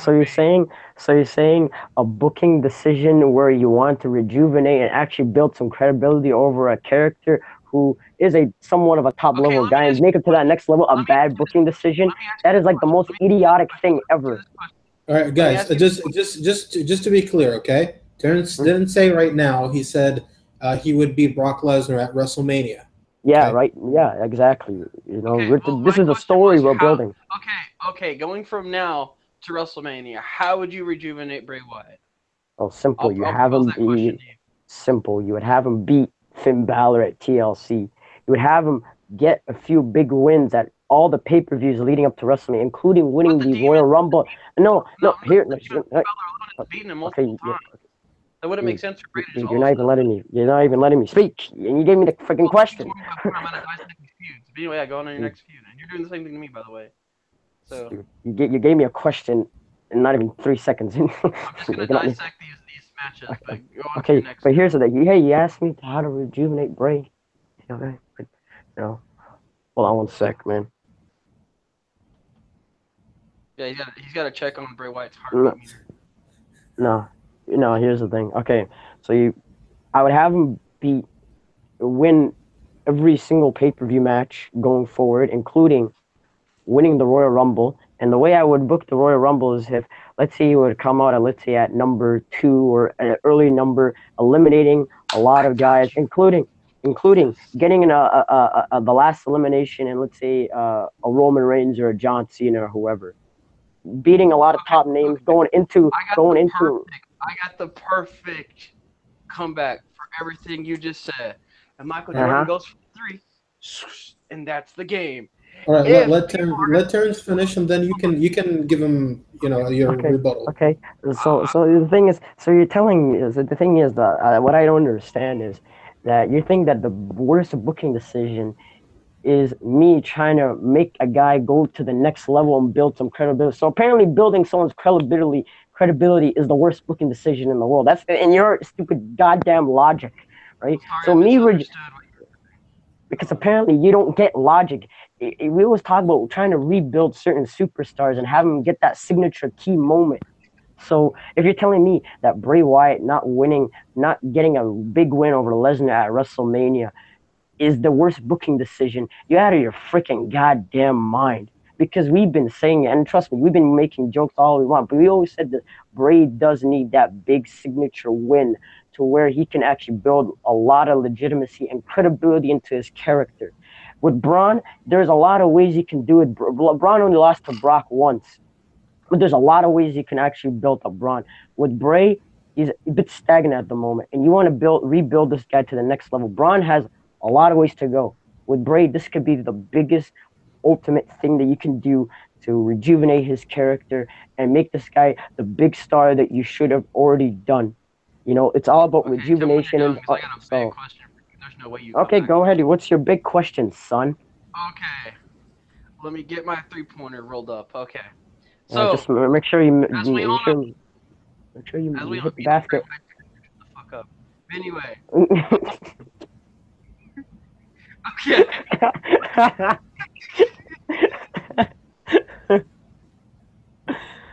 I'm okay. just wondering. I'm just wondering when Ed's gonna just say time's up. Okay. Anyway. So let me ask you this: yes, Jinder Mahal is champion, and Uh-huh. I'm a fan of Mahal. I like him. But there's a Uh-huh. large majority of people that don't see him as being believable because he's lost so many matches. Yeah. That Bray Wyatt would suffer from something like that. Where, yeah, maybe to a guy like me, maybe he would kind of be over with me, I guess, like Mahal is. But at the same time, like I said, outside of me, there are these big contingent of fans in large numbers that don't accept Mahal because of how many matches he loses, because Okay. of Okay. the type of Okay. booking he's got, Okay. and Okay. I believe he would suffer through the same thing, Okay. where Okay. he just will not But get over the same way as here's like. what I would rebuttal. You're comparing Bray Wyatt to fucking Jinder Mahal. Okay, Jinder Mahal went from being a jobber within a span of 3 weeks becoming WWE champion. I'm talking about Bray Wyatt, who's already been WWE champion. He's already had a lot of big matches. Already is at a certain level. He's an upper mid card guy. He's already somewhat established. This can take him to the next level. With Jinder Mahal, he went from lower mid card guy to main event in a span of 4 weeks. That's not the same comparison, my son. You're telling me that Bray Wyatt, in the span of maybe 6 months from now, rejuvenating himself, getting all these big wins and building himself up, and then beating Lesnar clean at WrestleMania is a bad idea. But then you're saying that's I never equivalent said it to was a bad Jinder. idea. No, but you said no. You said that was a bad idea. You said that was the worst decision. That's like equivalent to Well, David that's because I Arquette winning the misunderstood you WC. at first. I didn't realize you said you were going to build them up, but still, Yeah, that would have. but you're also saying that, but you're also saying the 6 to 7 month span of building up Bray Wyatt to eventually beat Brock Lesnar at WrestleMania is equivalent to when Jinder Mahal had that 4 week span from being once a jobber to becoming WWE champion. So you're saying a 4 to 5 week of building up Jinder Mahal to a 6 to 7 month plan for Bray is equivalent? That is dumb. It would be absolutely awkward. Jinder Mahal loses to everybody and never got a single big win. He didn't. When was the one time he's ever won that you can remember before winning the title? No Mahal one. beat Randy Orton, and Bray Wyatt couldn't. Bray Wyatt did beat Orton. He beat Orton twice. No Mercy, and even at Payback. Heck, Bray Wyatt ended the Yeah, feud but I'm talking on about for top. the championship. I'm talking about for the championship. But who? But you said that Bray never beat Orton though. So I already beat Well, I you. meant That's for the based on them talking about facts. This is facts, I son. meant for the championship. That's what I meant. No, you said who beat Randy Orton. But anyways, All right, all right. but Weston, do you have a final point? Yes. Okay. My final point uh, is simply this: Bray Wyatt, to this point in his career, if anything, needs to take some time off off of TV to rejuvenate his career, because there's a million ways that it can go wrong with Bray Wyatt just going through this build to wrestle Brock Lesnar, because the fans, you don't know how they'll respond to this. Like I said, it could even come to the Mahal effect, where maybe that would work on a guy like me, but in reality, a large majority of fans, which I believe, including Ed, would just find it really, really awkward that he's just all of a sudden got the massive power to beat Brock. And on top of that, you know, did you say main event of WrestleMania, correct? Just to Yeah, and the confirm. main event, yeah, of course, in the main event of Okay, that would WrestleMania. definitely be random as fuck. How would Okay. it be random if you build them up and win the Royal Rumble and actually built it? All right, How's that random? How's that random Listening. though? all right, go How's that ahead, Okay. random? And on top of that, to make even one more good point, you know, I I think Bray Wyatt is one of those guys who to this point has literally become the meme of the year. He's a joke.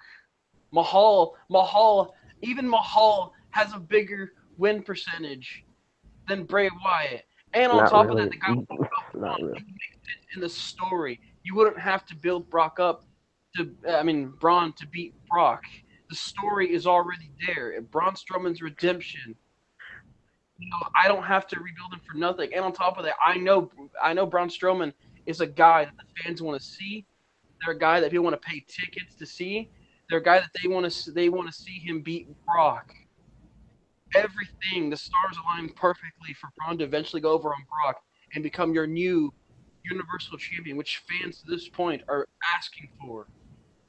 They're not asking for anything of Bray Wyatt. So this whole thing that Bray Wyatt is still, you know, so I'm looking for, kind of like a big deal. That's absolutely not the case.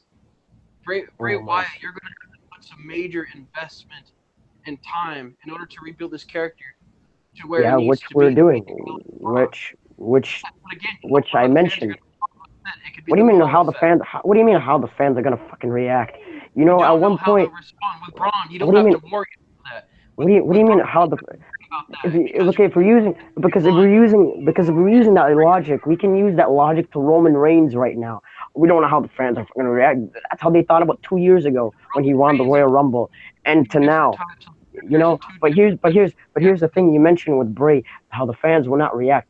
A year ago, before winning the WWE title, Bray was just not You doing can't whatever, compare and Roman then to Braun. no, You get two but different no, reactions. let me just use it. I'm just using an example, but here's the thing. He's saying that the fans will not know or will not know how to react if Bray eventually goes to that top spot. You know how many Yes, you people first you know how many people, and even Ed can even back me up on this. He knows too. A lot of people, sure, they can say Bray lose law, this kind of stuff, but they always say that Bray Wyatt should already be in that next level, should be But let me rejuvenated. ask They you, would actually cheer. The at fans would this moment actually cheer. who do the fans at this moment want more to get that top guy spot, Bray or Braun? But that's not the question. The question is who would benefit from beating Brock Lesnar? Who should beat Then Brock Braun Lesnar? would benefit I from think, and I say Braves would benefit more in beating. I say it's both Bray, that you but want in a guy that to go over on Brock. It makes sense. The But fans, Braun, the but story's Bro. calling for it, and all right, guys. the All celebration right, all calling right, all right, All right, guys. all right, Okay. all right. Terrence, I think you've spoken enough from your Yeah. side of things. Let's just hear Weston's final point, and I'll come up with the winner.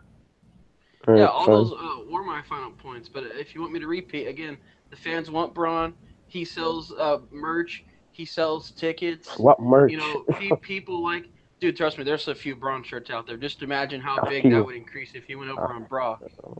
a few. And on top of that, the storyline calls for it where it's Braun Strowman's redemption, and if he beats Brock, you literally make another big star, and he becomes champion. Who, by the way, the fans want him to be Universal Champion.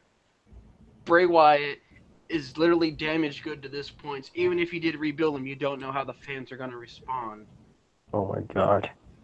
Oh dear unless you god. gave him like a break off a TV or something like Oh that. dear god. Oh god. Okay. Oh Again, no. that might Um, work with Adam Differ, but not in the Oh All right. Wrestling World, dude. I can go. You get one time to pull up the Adam card. Okay. Well, he's a weird guy to use, so The jobber card tends to burn out after the first round. So okay. Okay. I can go on, but you already said Yeah. time's up anyways, so just pick Yeah. your winner. Okay. Now, this was really tough. Okay, much tougher than I expected. When I first heard Terrence saying Bray Wyatt, I gotta admit that kind of took me by surprise. But as he went along and actually told me the entire path of rebuilding Bray, and Weston, you did admit that. Okay, you can if you're going to rebuild Bray rather than out of nowhere him beating Brock Lesnar, that would make more sense. And in Weston's point of view, where he saw that Braun is definitely a bigger star than Bray right now, and is white hot, and him taking the title from Brock Lesnar and making it a redemption story would get a lot of people involved. There's a lot of merch involved and all of that. But I got to give this round, even though that it was very, very close, I got to give it to Terrence. Because the fact that, and I was waiting for this, I was waiting for somebody to bring up the fact that Jinder Mahal kind of had a turnaround out of nowhere. And Bray said, and Weston said that Bray taking the title would kind of be like Jinder Mahal, and it would appeal to him, but not to to the masses. But the fact that it kind of appealed to you really makes Terrence's point valid in this argument, and not just that, but also the fact that you said that Bray taking time away would benefit more, if it would make more sense for him than to afterwards take the title. So you kind of actually added more to Terrence's point with that. But they're two different points. What are you talking about? It still is giving Bray a more acceptable win over Brock Lesnar later on. Like that though. You're literally just. Of course I didn't book it, but you said it. Yeah, so it kind of added to the point. It's like, so I got to give Terrence the point on that. So now we're tied again, 2-2. All right. And okay. I gotta go check on Bray Wyatt, see if he's okay. He's been falling a lot lately. I'll be back. Okay. Now, if that was used in the argument, maybe that would be swayed because of comedy. I'm not gonna lie. That he was the only person I actually had for that question. Right. I could have went the easy route and said Roman Reigns, but that was just like I don't have no points for that. Yeah, and there were a few things where where Weston did say like, Bray didn't beat any important guys, and when rebutted by saying, yeah, Randy Orton beating Cena twice, and Jericho, Styles. Yeah. So yeah, there you go. So I even mentioned you mentioned that. I was gonna bring up more points that he said that if you couldn't beat Taker, then how can you beat Braun? I could have named, Right, absolutely. So and the fact that when he said that and then kind of brought up Jinder Mahal, a guy who's been jumping out, I'm like, okay, that's it. Yeah, it's like how's that similar? Yeah, it's like, pretty much. It's like going to war and pointing the gun at yourself. So yeah, exactly. It's like, yeah, that's like me saying like, Kurt Hawkins will win the title within a month. Yeah, and if the argument was who should be champion right now, then I would sway more to Weston. But the fact that you said at WrestleMania and the way that you would build him up 6 to 7 months, I mean, that's more than enough to rebuild a guy. Yeah, so fans would actually be into it. It's not like the fans don't, wouldn't react to that's dumb. I was gonna mention like a year before winning the title, people were still behind Bray, but he wasn't at the level he was before winning the title. When he won the title, everybody was happy about it. Mm-hmm. So it's not like him getting a big win. They wouldn't know how he react. Mm-hmm. And even though that people kind of knew the inevitable, going Yeah, into WrestleMania, they were entertained by Bray Wyatt as champion. yeah, Right. exactly. You know how many people were saying, "Yes, yes, Bray finally is champion." People were And so happy hey, about and I think you and Weston did say that your favorite moment of this year was the that. Yeah, whole Randy Orton burning down the compound. actually, it was one of my favorite moments. To be honest, my favorite moment of the year was when Wyatt won the title because it Yeah, was that much of a great moment. So sure. yeah, But as far as segments go, like segment of the year, right? I guess like one of the segments of the year. It's like probably top five. You Right. know, probably top. The number one's probably Reigns getting buried by friggin' seeing him in the promo, Right. or or actually probably one of my favorite ones was when Roman did the five word promo the night after WrestleMania, Mhm. and when Braun destroyed. It's funny how come my favorite moments of Roman Reigns, even though he's my favorite wrestler, is when he gets destroyed. Well, the one he got destroyed by Braun Strowman, and I even also mentioned like Wes mentioned like Bray never got any big wins, Mhm. and Braun hardly has any big wins either. He only all he did was beat Roman 3 times in a row. And plus, I mentioned he did have a signature win. It's all about rejuvenation. You know, Mhm. you don't need to rejuvenate Braun that much. He can do other things. He can win the title without having to beat Yeah. Brock. You know, it's one Yeah, loss. that's another point that the fact that Braun doesn't really need to be Brock Lesnar, and the fact that not just that it would help Bray Wyatt, but also the fact that you said it would be a fresh match Hmm. that for Yeah, people to watch. yeah. Yeah, That was the biggest easiest answer why I said it. Like I couldn't go with Rollins. I couldn't go with Ambrose. I couldn't go with anyone else because everybody else fought Brock and on the Raw roster, who is a somewhat top level guy. Come I guess on, Bray. I guess one more point that I think Terrence, Come you on, should have brought up guys, is the fact guys. that yeah. Don't you hear that? Brock Lesnar is actually a fan of Bray, so he would give a lot to Bray. Like Oh last yeah. year, he didn't want to face Dean So Ambrose. He yeah, he wanted to wanted. face Guys, Bray. Yeah, don't you guys hear that? I'm trying to rejuvenate Bray, dude. I think Weston's butthurt because I got the point. Don't go, Bray. I'm trying to get the CP. Well, well, it still No, can the be hard stuff. it still can Oh, be anybody's anybody's yeah. game at this point because now we're at the fifth question, and it's tied 2-2. So Yeah, let's Put get on mute to turn down my TV for a second. I forgot what was the last question. To be quite honest with you, all right. We'll get to it right now, and you actually, better wait, get ready. actually, which match? No, wait, hold on. By the way, this is a good returning episode for Oh Desire. yeah, oh yeah. Oh yeah, I had the fifth question. Yeah, this question. This was the first question that actually popped up. So I kind of had an idea, but I know where I'm going with it. It's gonna be pretty hilarious. Okay. You know, I was thinking about Bray too. The question, except I was like, I don't. That'd be so awkward. You know what I mean? So Mhm. that's why I decided to go with Bronx. I thought there was more there, which I mean, you kind of admitted there was more there, but you just I don't know. Hey, you had some good points, dude. I'm not gonna lie, you had some good You points. had great points, and I think Brett. You know what, Weston, you could have won this. There could have been a chance for that, even though that it was very close. And but you could have even mentioned the fact that hey, it might not be as beneficial to Braun, but it would be also beneficial to the fact that Brock Lesnar loses to a guy like Braun. You know, it would be as big as Brock Lesnar ending. Didn't I You know, point that out? I thought I made sure to point that out. you Whatever. didn't Oh, actually. Yeah.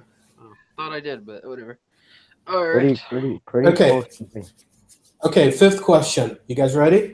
Yeah, yeah, sure. All right. Let's get to it. Pitch a new show for the WWE network. Okay? An Wow, original we're down to the show. final. It comes down to the final question. Jesus Christ. Yeah, and it's Uh, tied 2-2. So it's anybody's ball game. So mhm. since Terrence won the last round, go with you first. The Life of Vince McMahon, the series. Okay?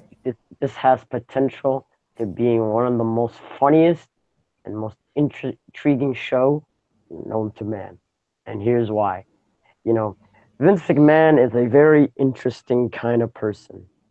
Is someone that you like, and someone that a lot of people tend to despise. But we also want to know what really goes inside his head and how some booking decisions he usually does. But what better way we can do is by having a show where you do like one episode, like every episode, you basically do it's somewhat of a reality show, like the day in a life or a week in the life of Vincent Kennedy McMahon. You know, working in the creative team or working with talent or talking to talent. Imagine an episodes where he's talking to like Sami Zayn, saying, "Boy, you, you need some fucking charisma, man." You need to get some work or some shit like that, or something like that, or talking to the talent, or him at home, or him discussing business decisions with Triple H. Imagine episodes of him and Triple H figuring out what booking plans they should do for this show or that show, and see some uh, um, stuff there. You know that could be pretty interesting though, and I would have this be like a multiple season thing.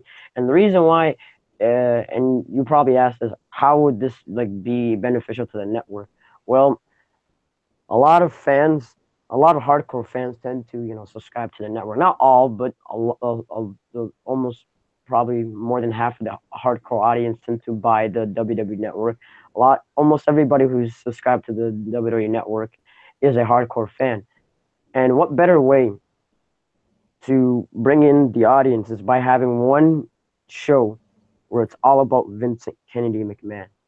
And trust me, there is a lot of people, and trust me, including myself, even all of us, probably thinking, what really goes on with Mr. McMahon when he does whatever he wants? I mean, people are probably fascinated whatever he does outside of the ring, in his home or whatever, or maybe like certain moments where he's trying to help Linda McMahon with her freaking campaign and all this other shit or whatever, um, something like that, and it can actually be one. And for those who are probably interested in like where certain ideas happen, all this kind of stuff, that could be that too. And you can have certain segments of the show where you have like, let's say, the agents or the wrestlers be like, what commenting on why Vince McMahon is doing this and that. It would be like a part documentary on the side. So Okay, so yeah, just to be clear, Terrence, you want it to be like current Vince McMahon, like a camera crew following him around, or would it be yeah. like a biopic? Yeah, it's current Vince McMahon because that's like the more interesting one. People think he's the most out of touch and most senile guy. We obviously want to know what the hell this guy's usually thinking every single day. So, and heck, you can also somewhat bring in some stuff that he did in the past too. Bring some history in it too. One big all Vince McMahon kind of show. So, yeah, All right, Vince that's my idea. McMahon. All right, a Vince McMahon reality show. Weston, Yeah, what about you? For me, the show that I thought about doing, I'm like, you know what? September's almost over with. We're going into October, which is the scary month. You know what I mean? Halloween and stuff like that. So I'm like, what's a show that I can put on the network that can kind of go with that theme? You know, that would definitely get in a lot of viewers for this season. Hell, you can even continue it if you want to, if it ends up being success. To go with Dean Ambrose's Asylum. Now, I know a lot of people are gonna be like, "Well, what's the Asylum? What is it about? What do you mean the Asylum?" Well, it would kind of be almost like it would basically be almost like Fear Factor ish, where Dean Ambrose is like, he's the host of this show that is very kind of like gruesome and scary, and you don't even have to like hold yourself to like, eating random stuff or whatever. You can have it to where they have to dress up in a very scary way. Just make everything creepy. You know what I mean? It fits the month, and like I said, if it draws any more, you can keep going with it. Uh, and there are some fans that like Dean Ambrose. They do want to see the more gruesome side of Dean Ambrose. So, what better way than have him be a host of a TV show where it's all about horror? It's all about eating disgusting things. It's all about just doing the most random and disgusting things possible. It's just very creepy to watch almost. And on top of that, there's a lot that you could appeal to the horror movie type of fans. You know what I mean? By telling them, hey, there's a show on the WWE Network that's spooky. It's hosted by the guy that people call the lunatic. You know, come watch it. It's very scary, gruesome, gross, you name it.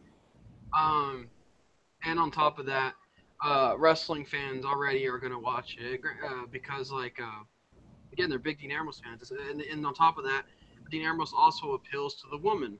You know, if you look at Dean Ambrose's fan base, it's kind of mainly women. You know, because they find Dean Ambrose attractive, and on top of that, Dean Ambrose he also brings in some hardcore male audience. And heck, I'm not even a fan of Dean Ambrose, but I might want to watch this. Um, so yeah, and I'm not just saying that. I literally mean this sounds interesting. You know what I mean? All right, fight it out. Like I would at least check it out.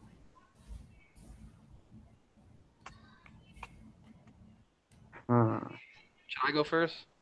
I've already Sure. got some counter. Okay, if Terrence isn't going to go first, then sure. My first counter is number one. Vince McMahon is already a busy guy, so why would he have time to do a reality show? On top of that, do you really want Vince McMahon to like expose all of his secrets? You know, granted, I guess you can say kayfabe has already been broken, whatever. But at the same time, do you really want Vince to kind of go into more detail just so that way other businesses could probably potentially steal his recipe? You know what I'm saying? Why would Vince want to expose that? You know, another thing is are you even sure Vince would be comfortable doing a reality show? He doesn't seem like that type of guy. Vince seems like the type of guy that kind of prefers his privacy unless need to be on TV, to enhance either a feud or a match, what have you. And on top of that, you got to consider Vince McMahon's age. You know, at Vince McMahon's age, can he really do?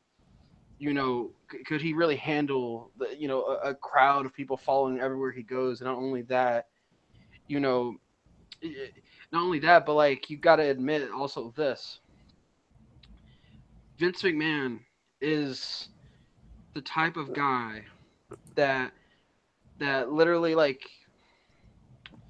how can I put this? Because I have the right thing. How like Vince McMahon is simply that type of guy that's not going to do something unless he's fully committed to it.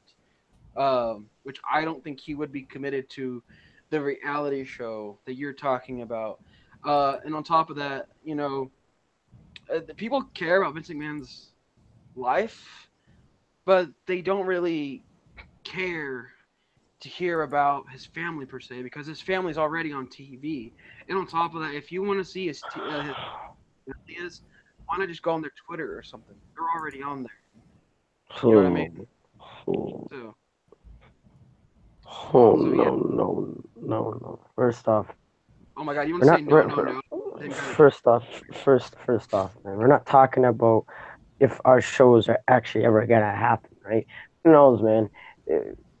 We're just talking about what idea, what show we think should be on the. No. But the thing is, why would any? I could probably use the same argument you just mentioned to me. A lot of superstars are busy too, but yet they're doing shows like Swerve and WWE Countdown and lists and all this other stuff. But yet they're no. Of course they're too, but they're still busy, right? And here's the thing, and also here's the thing, with a fear, and here's the thing, with a fear factor, kind of. It takes up a lot of production and all this other shit. And with WWE going a lot of cutting down production and all this other shit, they already took down what Talking Smack and all this other shit for production value. And if you're gonna add this show like this, all this other shit. No. But you brought of course you're not. But you brought it up, so I'm just trying to rebuttal what you're trying to say. No, I didn't bring the budget. Well, you're bringing up more of as if this thing is gonna happen. But why I think my show is better because a lot of people that like to watch the network shows like to see stuff that are funny, entertainment, and also want to kind of hear what the backstory of certain things are.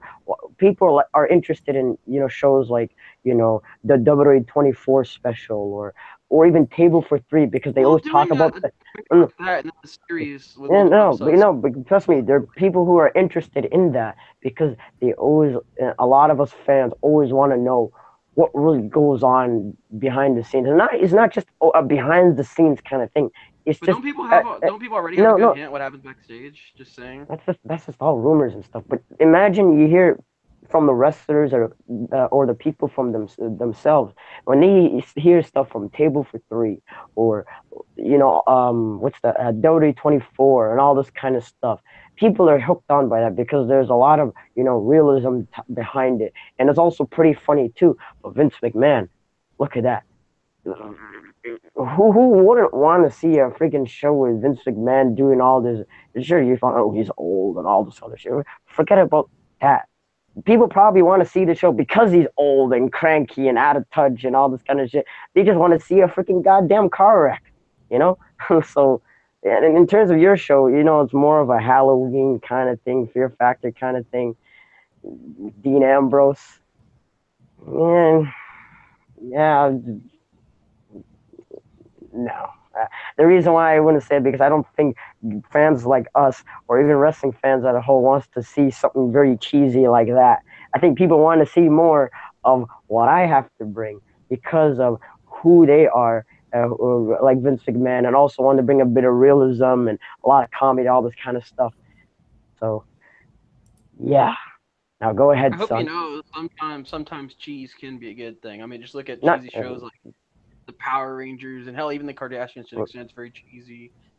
Hell, there's a lot of cheesy characters in Heck, WWE heck, heck, wrestling. heck. Here's the thing: Really Camp fan. WWE was based off all comedy, and trust me, that shit was hilarious. There are people who actually wanted to watch that shit.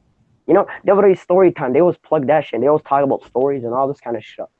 So, people want to hear stuff like that. You know how many people tend to want to hear what really goes on behind the scenes or how this guy's their day in the life kind of thing. People are interested in documentaries and behind the scenes kind of stuff a lot more than whatever cheesy stuff that goes on the WWE network. Let's just be real, you know.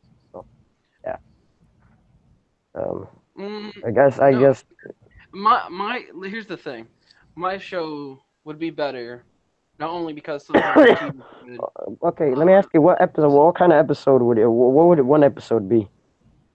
Because I already like what explained would what one episode, explain how would the episode work. Because I already explained how one episode would be how would it Vince work? McMahon doing this and that. Yeah, yeah.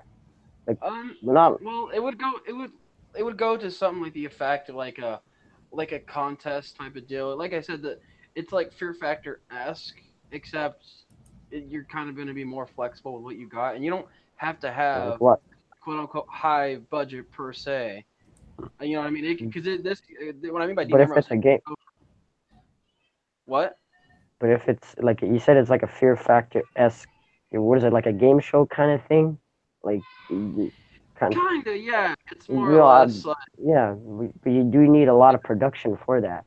You know, well, I yeah, think but you with also need production for traveling with Vince. I mean, think yeah, about it. You're there's a minimum less production and recording videos of this and that and just editing as opposed to bringing props and stage equipment for for a show.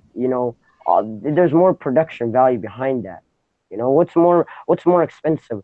Um, Recording video and all this kind of stuff, or doing that plus bringing in props, equipment, well, like I said, you're trying and staging, to all limit this it more. kind of stuff.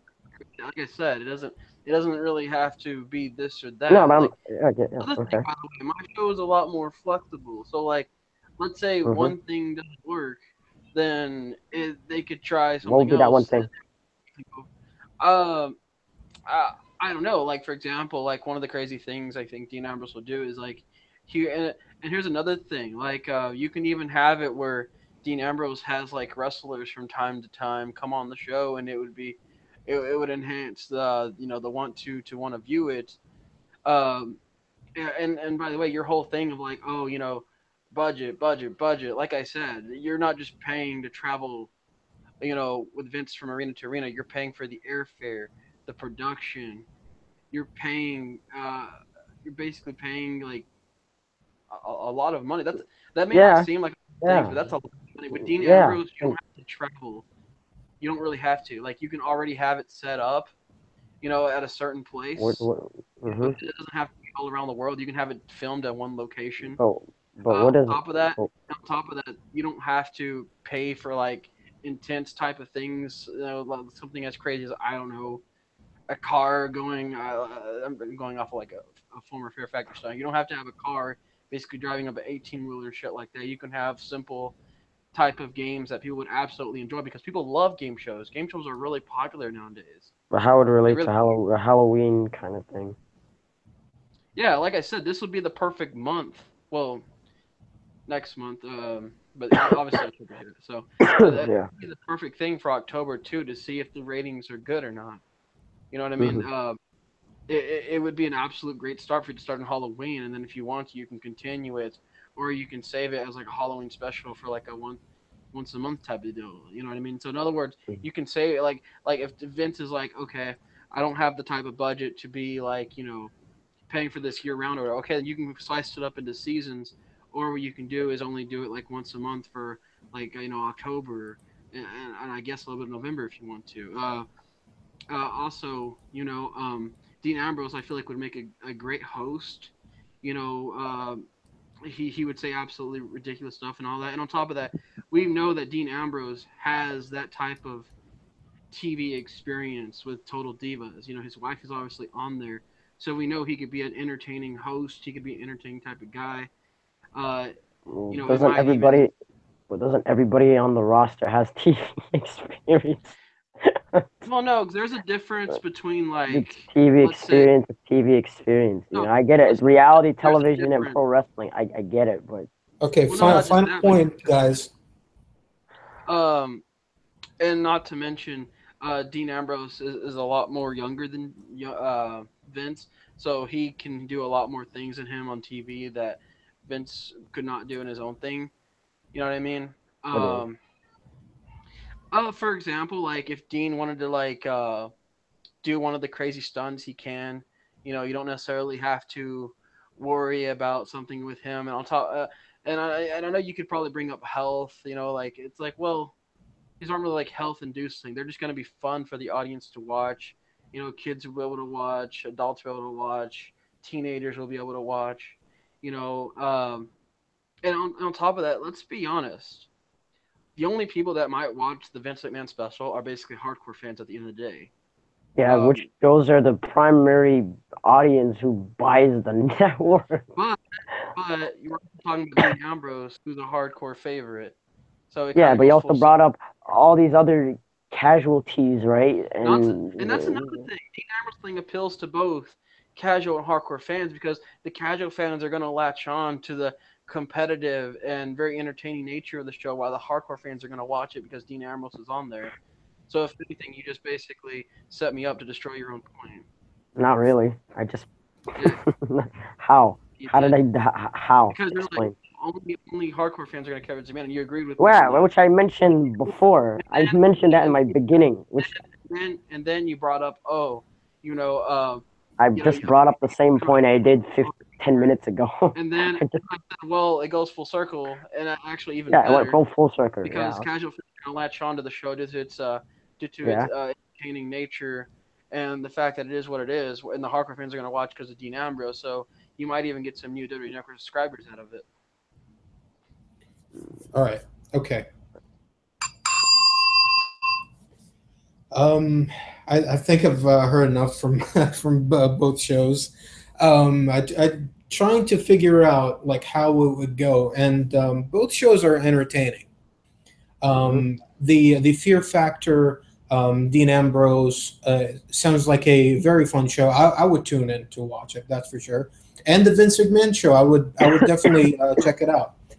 Um, and Terrence really brought up the budget. He said like having a stage and props and everything rather than just a camera following around Vince McMahon.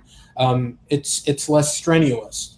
And Weston did bring up the fact that Vince would be very busy, and Terrence countered it by saying, "Well, everybody is busy," but Weston did point out the fact that Vince is busier because he's much more in control with things. So that kind of will conflict with his schedule.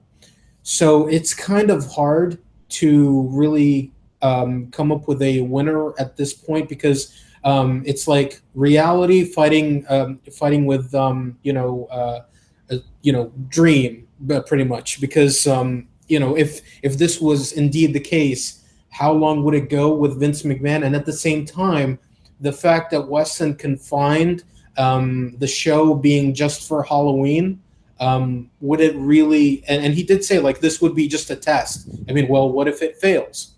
So it's really tough to really come up with a winner with this one, and that's the reason why I'm just going to give both of you the point. Oh man, that's a cop out, man. That's a cop out, man. It was high.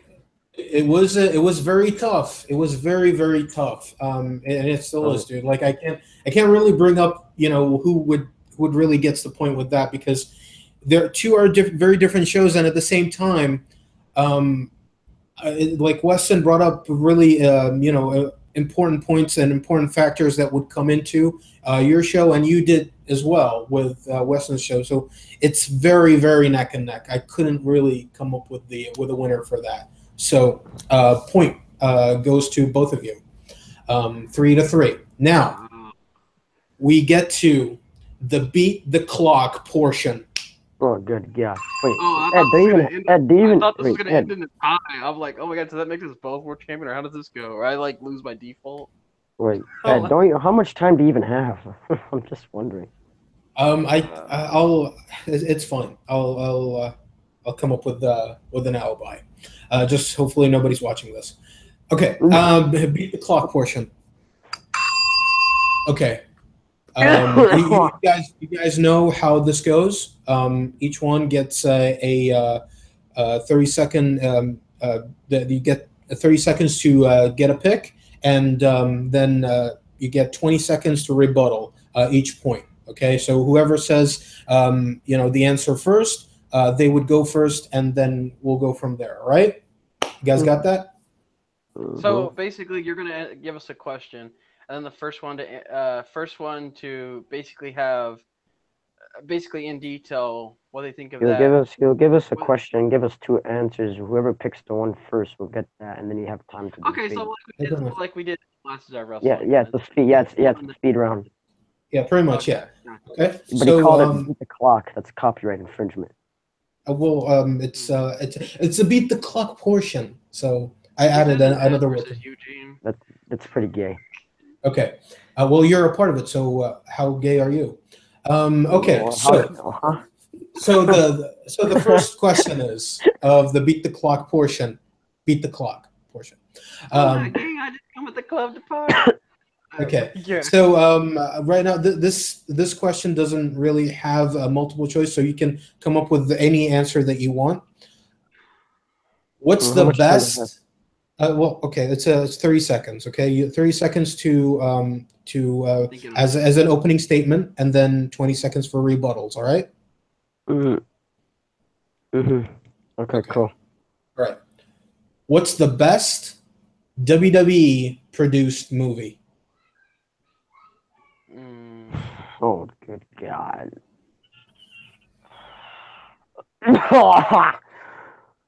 gonna go with 12. I'm gonna go with 12 rounds. Which one was the one? So we're just talking about camera angles here, or whichever. A movie, an actual WWE produced movie from their studios. You know, for shits and giggles, man, I'm just gonna go with WWE, The Chaperone. Right. It had great camera views, man. There was even one big ass explosion. Wow, you actually saw that. Yeah, of course. I have to know what the hell I'm talking about, right? God damn, that's pretty gay. You're pretty gay for asking me this goddamn question. All right, go ahead, Weston. What's that movie called? Oh man, I can't believe Terrence didn't think of this. Is by WWE Studios, by the way. It's like that new martial arts movie. Wait, huh? Hold on, I'm trying to Google the name here, if that's okay. I just need to Google the name. It's a recent movie. You gotta bring it up in your mind, dude. Don't be using Google. Watch when he finds he goes to Rotten Tomato. And then you're gonna start reading the plot, dude. Just Isn't you it called got like Fist of the Dragon or something like that? Like the you've got 5 seconds to come up with a name right now. Okay, well, anyway, this is the WWE movie that they produced. It's I'll just go with Knucklehead. Fuck it. Uh, Knucklehead. How's that a uh it's a comedy movie? All right. Okay. Fucking Harry Knucklehead Dumbass. versus the Chaperone.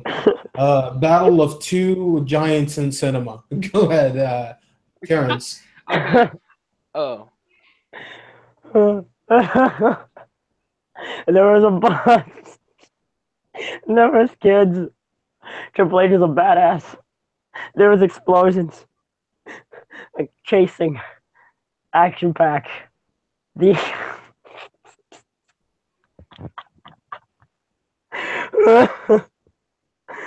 I'm sorry. Oh. It was just great, man. It had Triple H, so great production equals great guy equals great movie. 5, 4, 3, 2, 1. All right. Weston, your turn. Birth of a With the Dragon. Birth of the Knucklehead. Dragon. That's the name of the movie. No, you picked Knucklehead. Go ahead with Knucklehead. Okay, fine. I'll do Knucklehead. Okay. Time starts when you start speaking. So Knucklehead is a very good comedy movie. It had very good production value. It was pretty well done.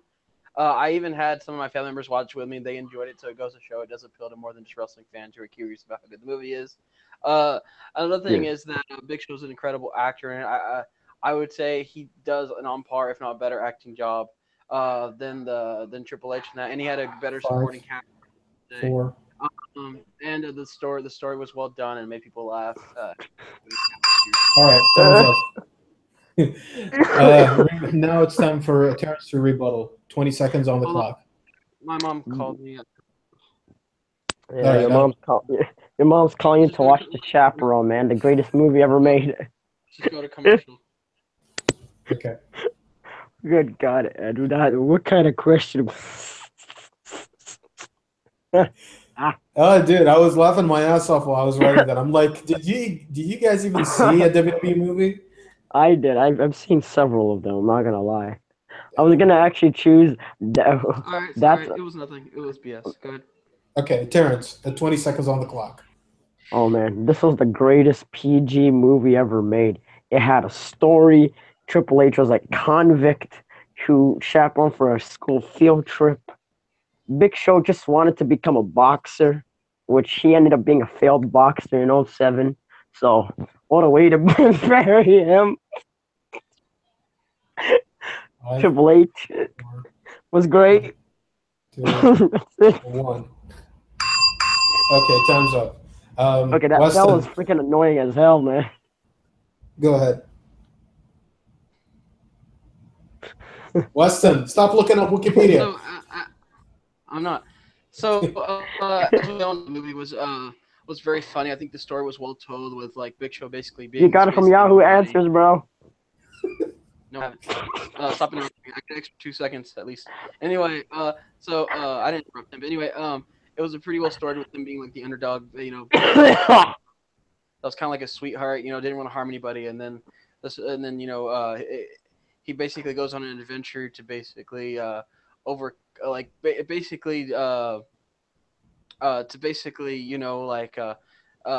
feel so, I guess you can say, much of a sissy. All right, time's up. Okay. It's weird. It's so weird to even come up with a winner in this because I think we're all losers by even going into this question. Yeah. You know what? I was actually gonna choose that Randy Orton movie. What was it called? Not 12, the one with the kids movie. That's What I Am. When Randy Orton said he was gonna beat that kid's ass, but I have to. Okay. I thought about going with because I actually saw it, but I was like, I don't know. I probably would have gone with the Dean Ambrose 12 rounds because I thought that was good. I forgot that movie existed. Fuck, even the Marine, the one with John Cena, the first one. No, that would have been too easy, man. I wanted to have fun with this. All right. Okay. So the first the opening statements, I was like, okay, this is a no brainer. I know who's gonna win. But the second, in the rebuttals, I thought that Terrence put up more of a fight, and that one. This was hard to do. We're like literally like you know me, dude. Me and my memory. This was handicapped and You always blame your memory and everything. dude. Seeing a WWE movie in fucking years. By years as of last week, and you forgot about It's not just memory, dude. Like I literally have not seen any WWE studio movie. it. Anyways, continue. Okay, so I it was hard. It was hard to come up with a winner at this one, but I'm giving the point to Terrence because he actually threw a few jabs at Knucklehead while Weston was pretty much saying the plot over and over again. So and he didn't even throw anything at the chaperone. So all I did was okay, boxing. Big Show did boxing. He failed. So gotta give the point to Terrence of that one. All right. Oh, good. Second question: What? Who's more overrated? Okay, I got two options for you. Okay, who's more overrated? Daniel Bryan or CM Punk? Daniel Bryan. Oh fuck, CM Punk. Okay. Okay, fine. Okay, I'll work with that. Okay, Weston goes for Daniel Bryan, and Terrence goes for what? Goes for Weston. Yeah. CM Punk. Okay. Okay. All CM right, Punk. Weston. Since you said Daniel Bryan first, you got 30 seconds as when you begin speaking. I think Daniel Bryan is more overrated than CM Punk because I feel like Daniel Bryan is not that good of a storyteller in the ring. If we're being honest, if anything, it was the fans who even carried him to a decent story. Uh, and on top of that, Daniel Bryan, yeah, he has his moments on the mic, but he sucks worse than CM Punk. And on top of that, he's just naturally just decent at best on the mic. And on top of that, he only got over because of of basically the fans. Let's be honest. All right, Terrence. In his indie background. That's stricken off the record. Terrence, you got 30 seconds once you start speaking. First 2 years of the company, bland as shit. Didn't become freaking great until he turned heel in '09. And even that wasn't really that great.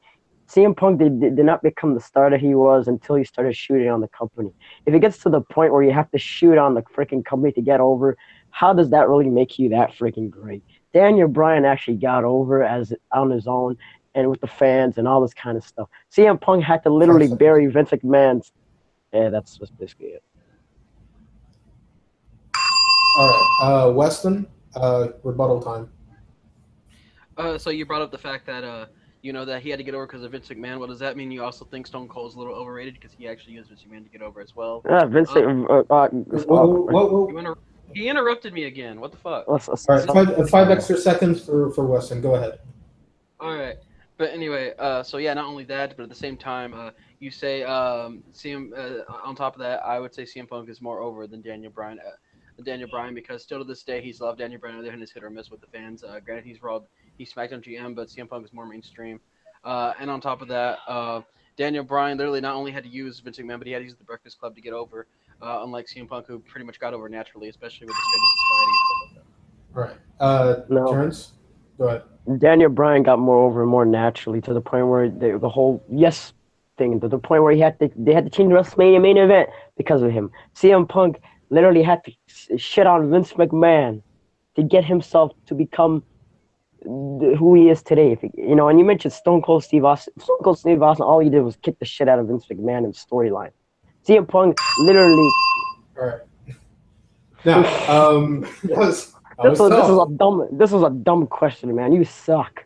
But it was so close. It was so close. It was I thought it was a great question because you brought out a few interesting insights that I don't think a lot of people talk about. Especially when it comes to Dan Bryan and CM Punk. A lot of people just have blind hate for CM Punk because he left, and Dan Bryan is just so beloved. So I like the fact that you guys brought more layers to an argument on CM Punk and Dan Bryan. Okay. It's very interesting on both you guys that Weston did say that Dan Bryan is more overrated, and the fact that he's not that good on the mic, and Terrence said that the CM Punk really got over by using by shooting on the company. But you kind of shot yourself in the foot when you said that because you did say that he became interesting beforehand.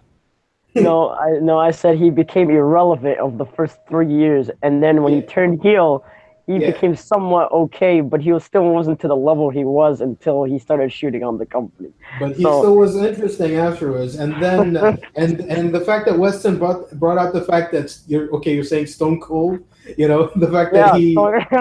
And I rebutted that. I said Stone Cold, he beat the shit out of Vince McMahon in storyline. But still, he practically did the same thing. We're bolting. No, he didn't shoot on Vince McMahon saying, Vince McMahon, you didn't push me, man. Yeah, but that was his entire gimmick. No, that was it was kind of like that. It was kind of like, especially since the fact that I'm actually rewatching Raw right now from '98. Well, fuck it was the same thing. So, okay. So my memory is really fresh when it comes to that. Okay, so Weston gets the point for that. All right. Hey, we're at a tie, dude. This is a big game. Yeah. Okay. So, damn, this show needs to be part of the Olympics. So I know, right? We're literally at a tie again. Okay. What pay-per-view would you rather watch on a loop for a day?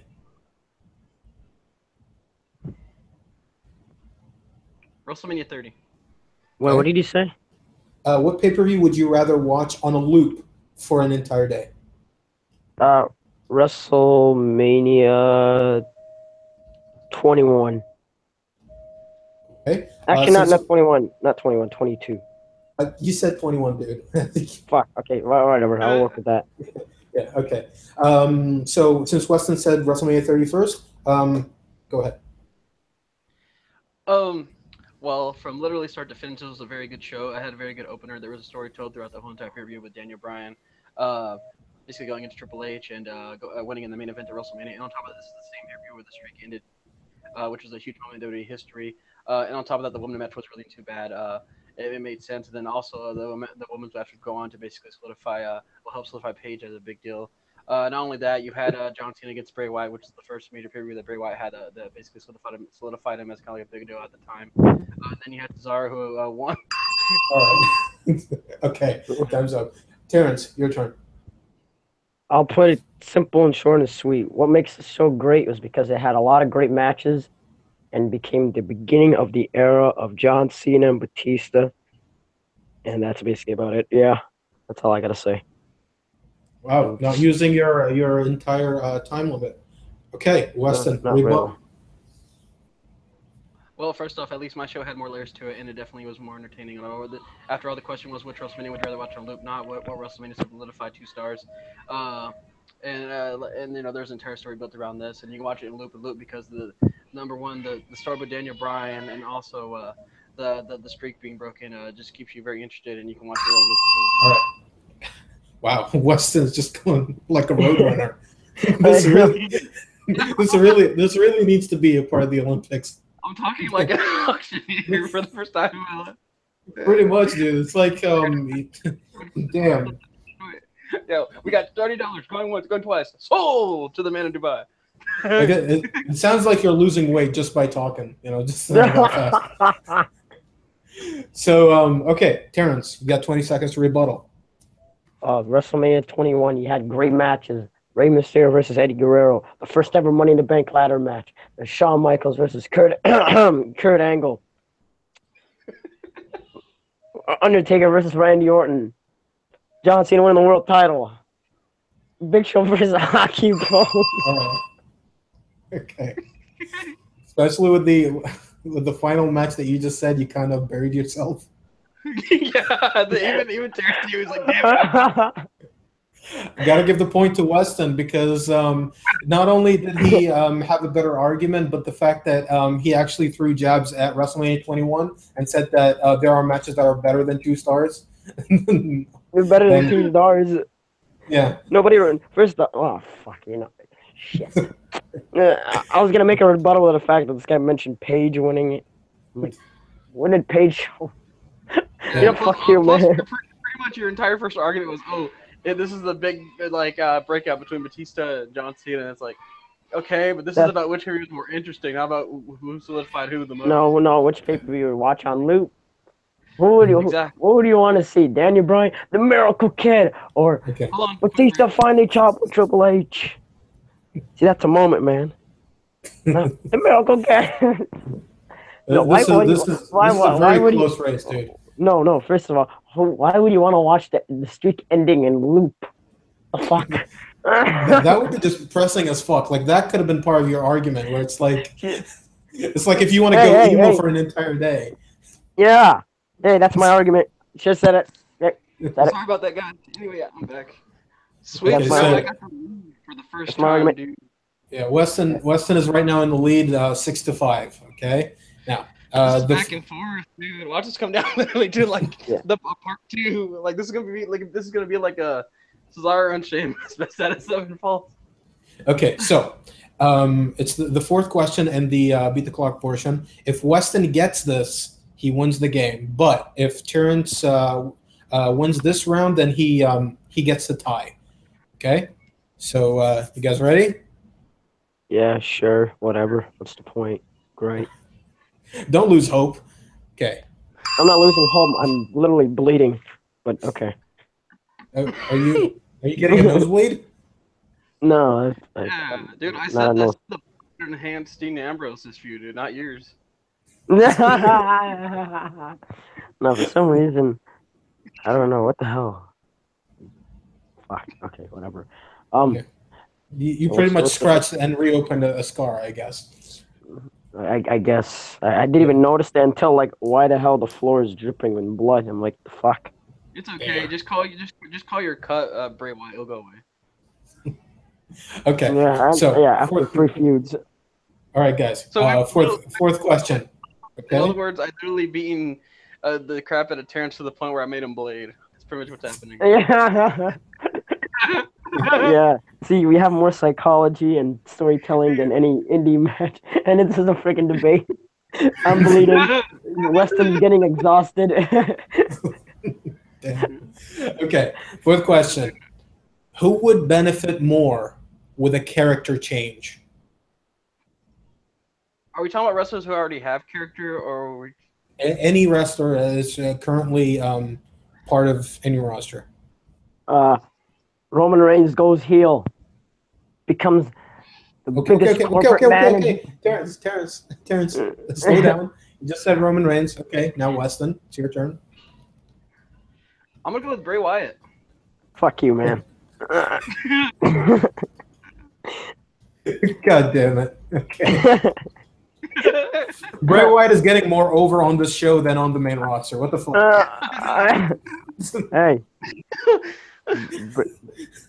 Okay. Run. Okay. Since Terrence said Roman Reigns first, go ahead, Terrence. 30 seconds on the clock when you start speaking.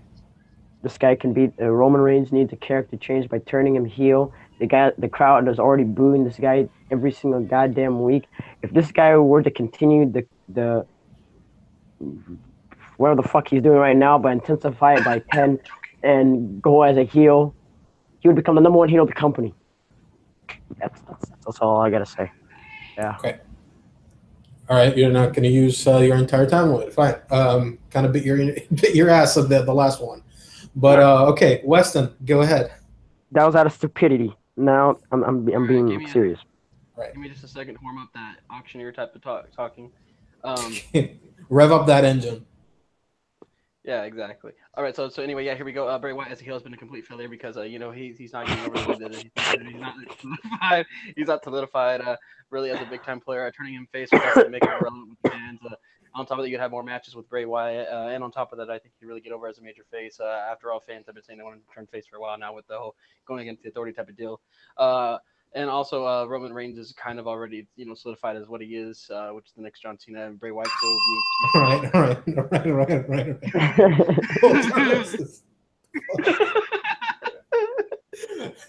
Hopefully, you caught all that. Dude, you almost broke through the space and time continuum. What the fuck? That should just be a soundbite for like your intro. Weston's going. Hey, at least I'm getting all my points across, which is no deal. Like I really, Dude, I'm usually trying to use all my. you would work perfectly as a voiceover for a commercial for a drug. It's like side effects might include an ass bleeding. Good one. Ass bleeding. Oh, God. I remember when Jerry Lawler was had a severe case of anal bleeding. This Yeah. match is a little tinted to release my introduction here. Okay. We just received that Jerry Lawler has gotten anal bleeding. What? Damn. and Cole was being way too serious, and Booker T is like looking at him, he's like, "What the fuck?" Okay. Rebuttal time. Terrence, 20 seconds when you start speaking.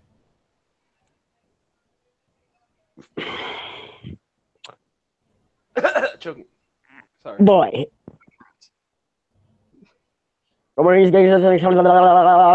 Adam sucks. Fuck you, man. Fuck you. Fuck Ed. Eat a dick and die. Fuck Did I you, just man. make him tap out like Stone Cold, dude? Holy No. shit. Fuck you. Go eat a burger. I already Suck did a that. dick, man. Eat a. Damn. Fuck you, man. Okay. I guess. All right. Is that you pretty much giving it up? No, not really. That's literally my point. Point is Roman Reigns needs a character change because fuck you, thank you, bye. All right. Weston, do you want to rebut that?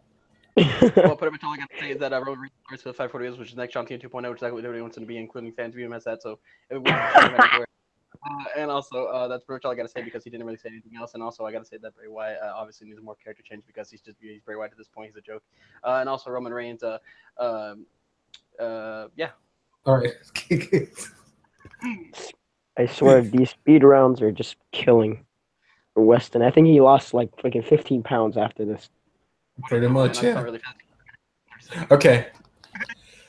Now, that being said, even though that it's two great picks, I think Bray Wyatt and Roman Reigns, I'll still go with Weston since Weston pretty much had a proper a proper opening statement, and not just that, but he actually rebutted Roman Reigns, and yeah, I'll give the point to the winner of the match, in your Weston. yeah, Force. you desire wrestling champion.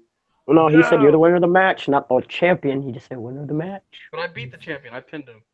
No, I Well, actually made him submit. Right now, we're not introducing a championship. Right now, we'll introduce a championship later on. So right now, you're just the winner of this meaningless opening match. So, Yay! Wow, great match for a lackluster ending. yeah. Oh, come on, it was the funniest ending, man. Yeah, but this was awesome. This was a great show, great return. Would you guys agree? Oh yeah, This was like it's Daniel fun. Bryan versus Bray Wyatt. Like what a match! There's nothing at stake. I'm like, It was so weird because Royal Rumble 2014. It was the only match that didn't have a championship involved, and it was the greatest match. Yeah. Yeah. So great show, guys. Even though that I actually had a great question to end the show Well, let's on. just debate this one. Why not? Well, I had a great question to end the show, but I'm gonna save it. I'm gonna save it for the next. Who's my next opponent? Is that right? Well, right now it's not confirmed, but once we return, we will definitely have a better show, and I think we'll have better questions. Even though that I think that we had really interesting questions on the show, I do feel like the second episode is going to be bigger, better, and much more awesome.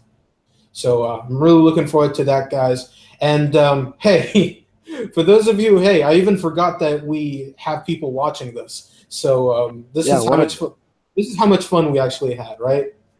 Mm-hmm. We even forgot that we're actually putting this out on YouTube and for people to actually watch this, right? We even forgot that it was a show. Imagine you had And to as edit for this me, shit, I man. picked up the shovel and I'm now burying Terrence. Shut up, Terrence! You're waking the neighbors. Yeah, you're saying that now. Just Why like are the you last, burying? just like the Why are you last, burying? just like the Shut last up. first episode of the Desire of Wrestling. You won the first one, but who knows? I might end up being champion again. So. All We'll right, see. so in an alternative universe, check out Desire of Wrestling Fallout or Desire of Wrestling Talk on the WWE Network. Well, Um, watch when I start shooting on freaking Weston, saying this guy's a fat piece of shit, man. He didn't get what I just put him over. And Yeah, and then Weston I'll be grab like, my sunglasses and I'll be like, it's just butt hurt, man.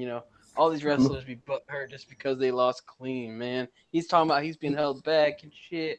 Well, guess what, man? It ain't my fault that he just couldn't beat me.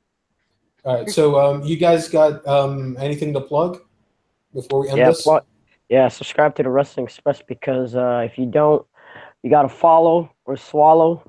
So subscribe or die, or Yeah. it's something like that. I don't know.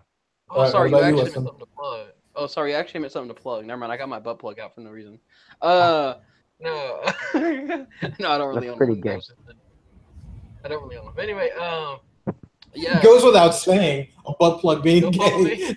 Go follow me on Twitter at Weston_Texas. I was subscribed to the Wrestling Express, and I'm trying my best. Okay, it's not a speed round. Don't go really fast. Yeah, get started. It's hard to stop. But yeah, also subscribe to One West Entertainment, which is that's Terrence's crew just going down the drain. But anyway, also check out. I thought I left it mute. No. Also check out Where You Flushing, Bray Wyatt's Pride. But anyway, also subscribe to the Atheist Christian Channel. This is the longest Atheist Christian show on YouTube. It's a show that we haven't started yet, and it should be very fun. Also subscribe to here. The Variety Channel. Also subscribe to my Instagram, which I'm not really gonna give out. You can just ask for it. I'm lost, guys. I'm like very much crew. I'm lost. Let's just move on. Okay. So, with that being said, rate, comment, favorite, how please subscribe, share with your friends, share with everybody. Tell your grandmother to check out our show because she'll enjoy it. And yeah, pretty much. So check out our next video. We'll be talking about something else.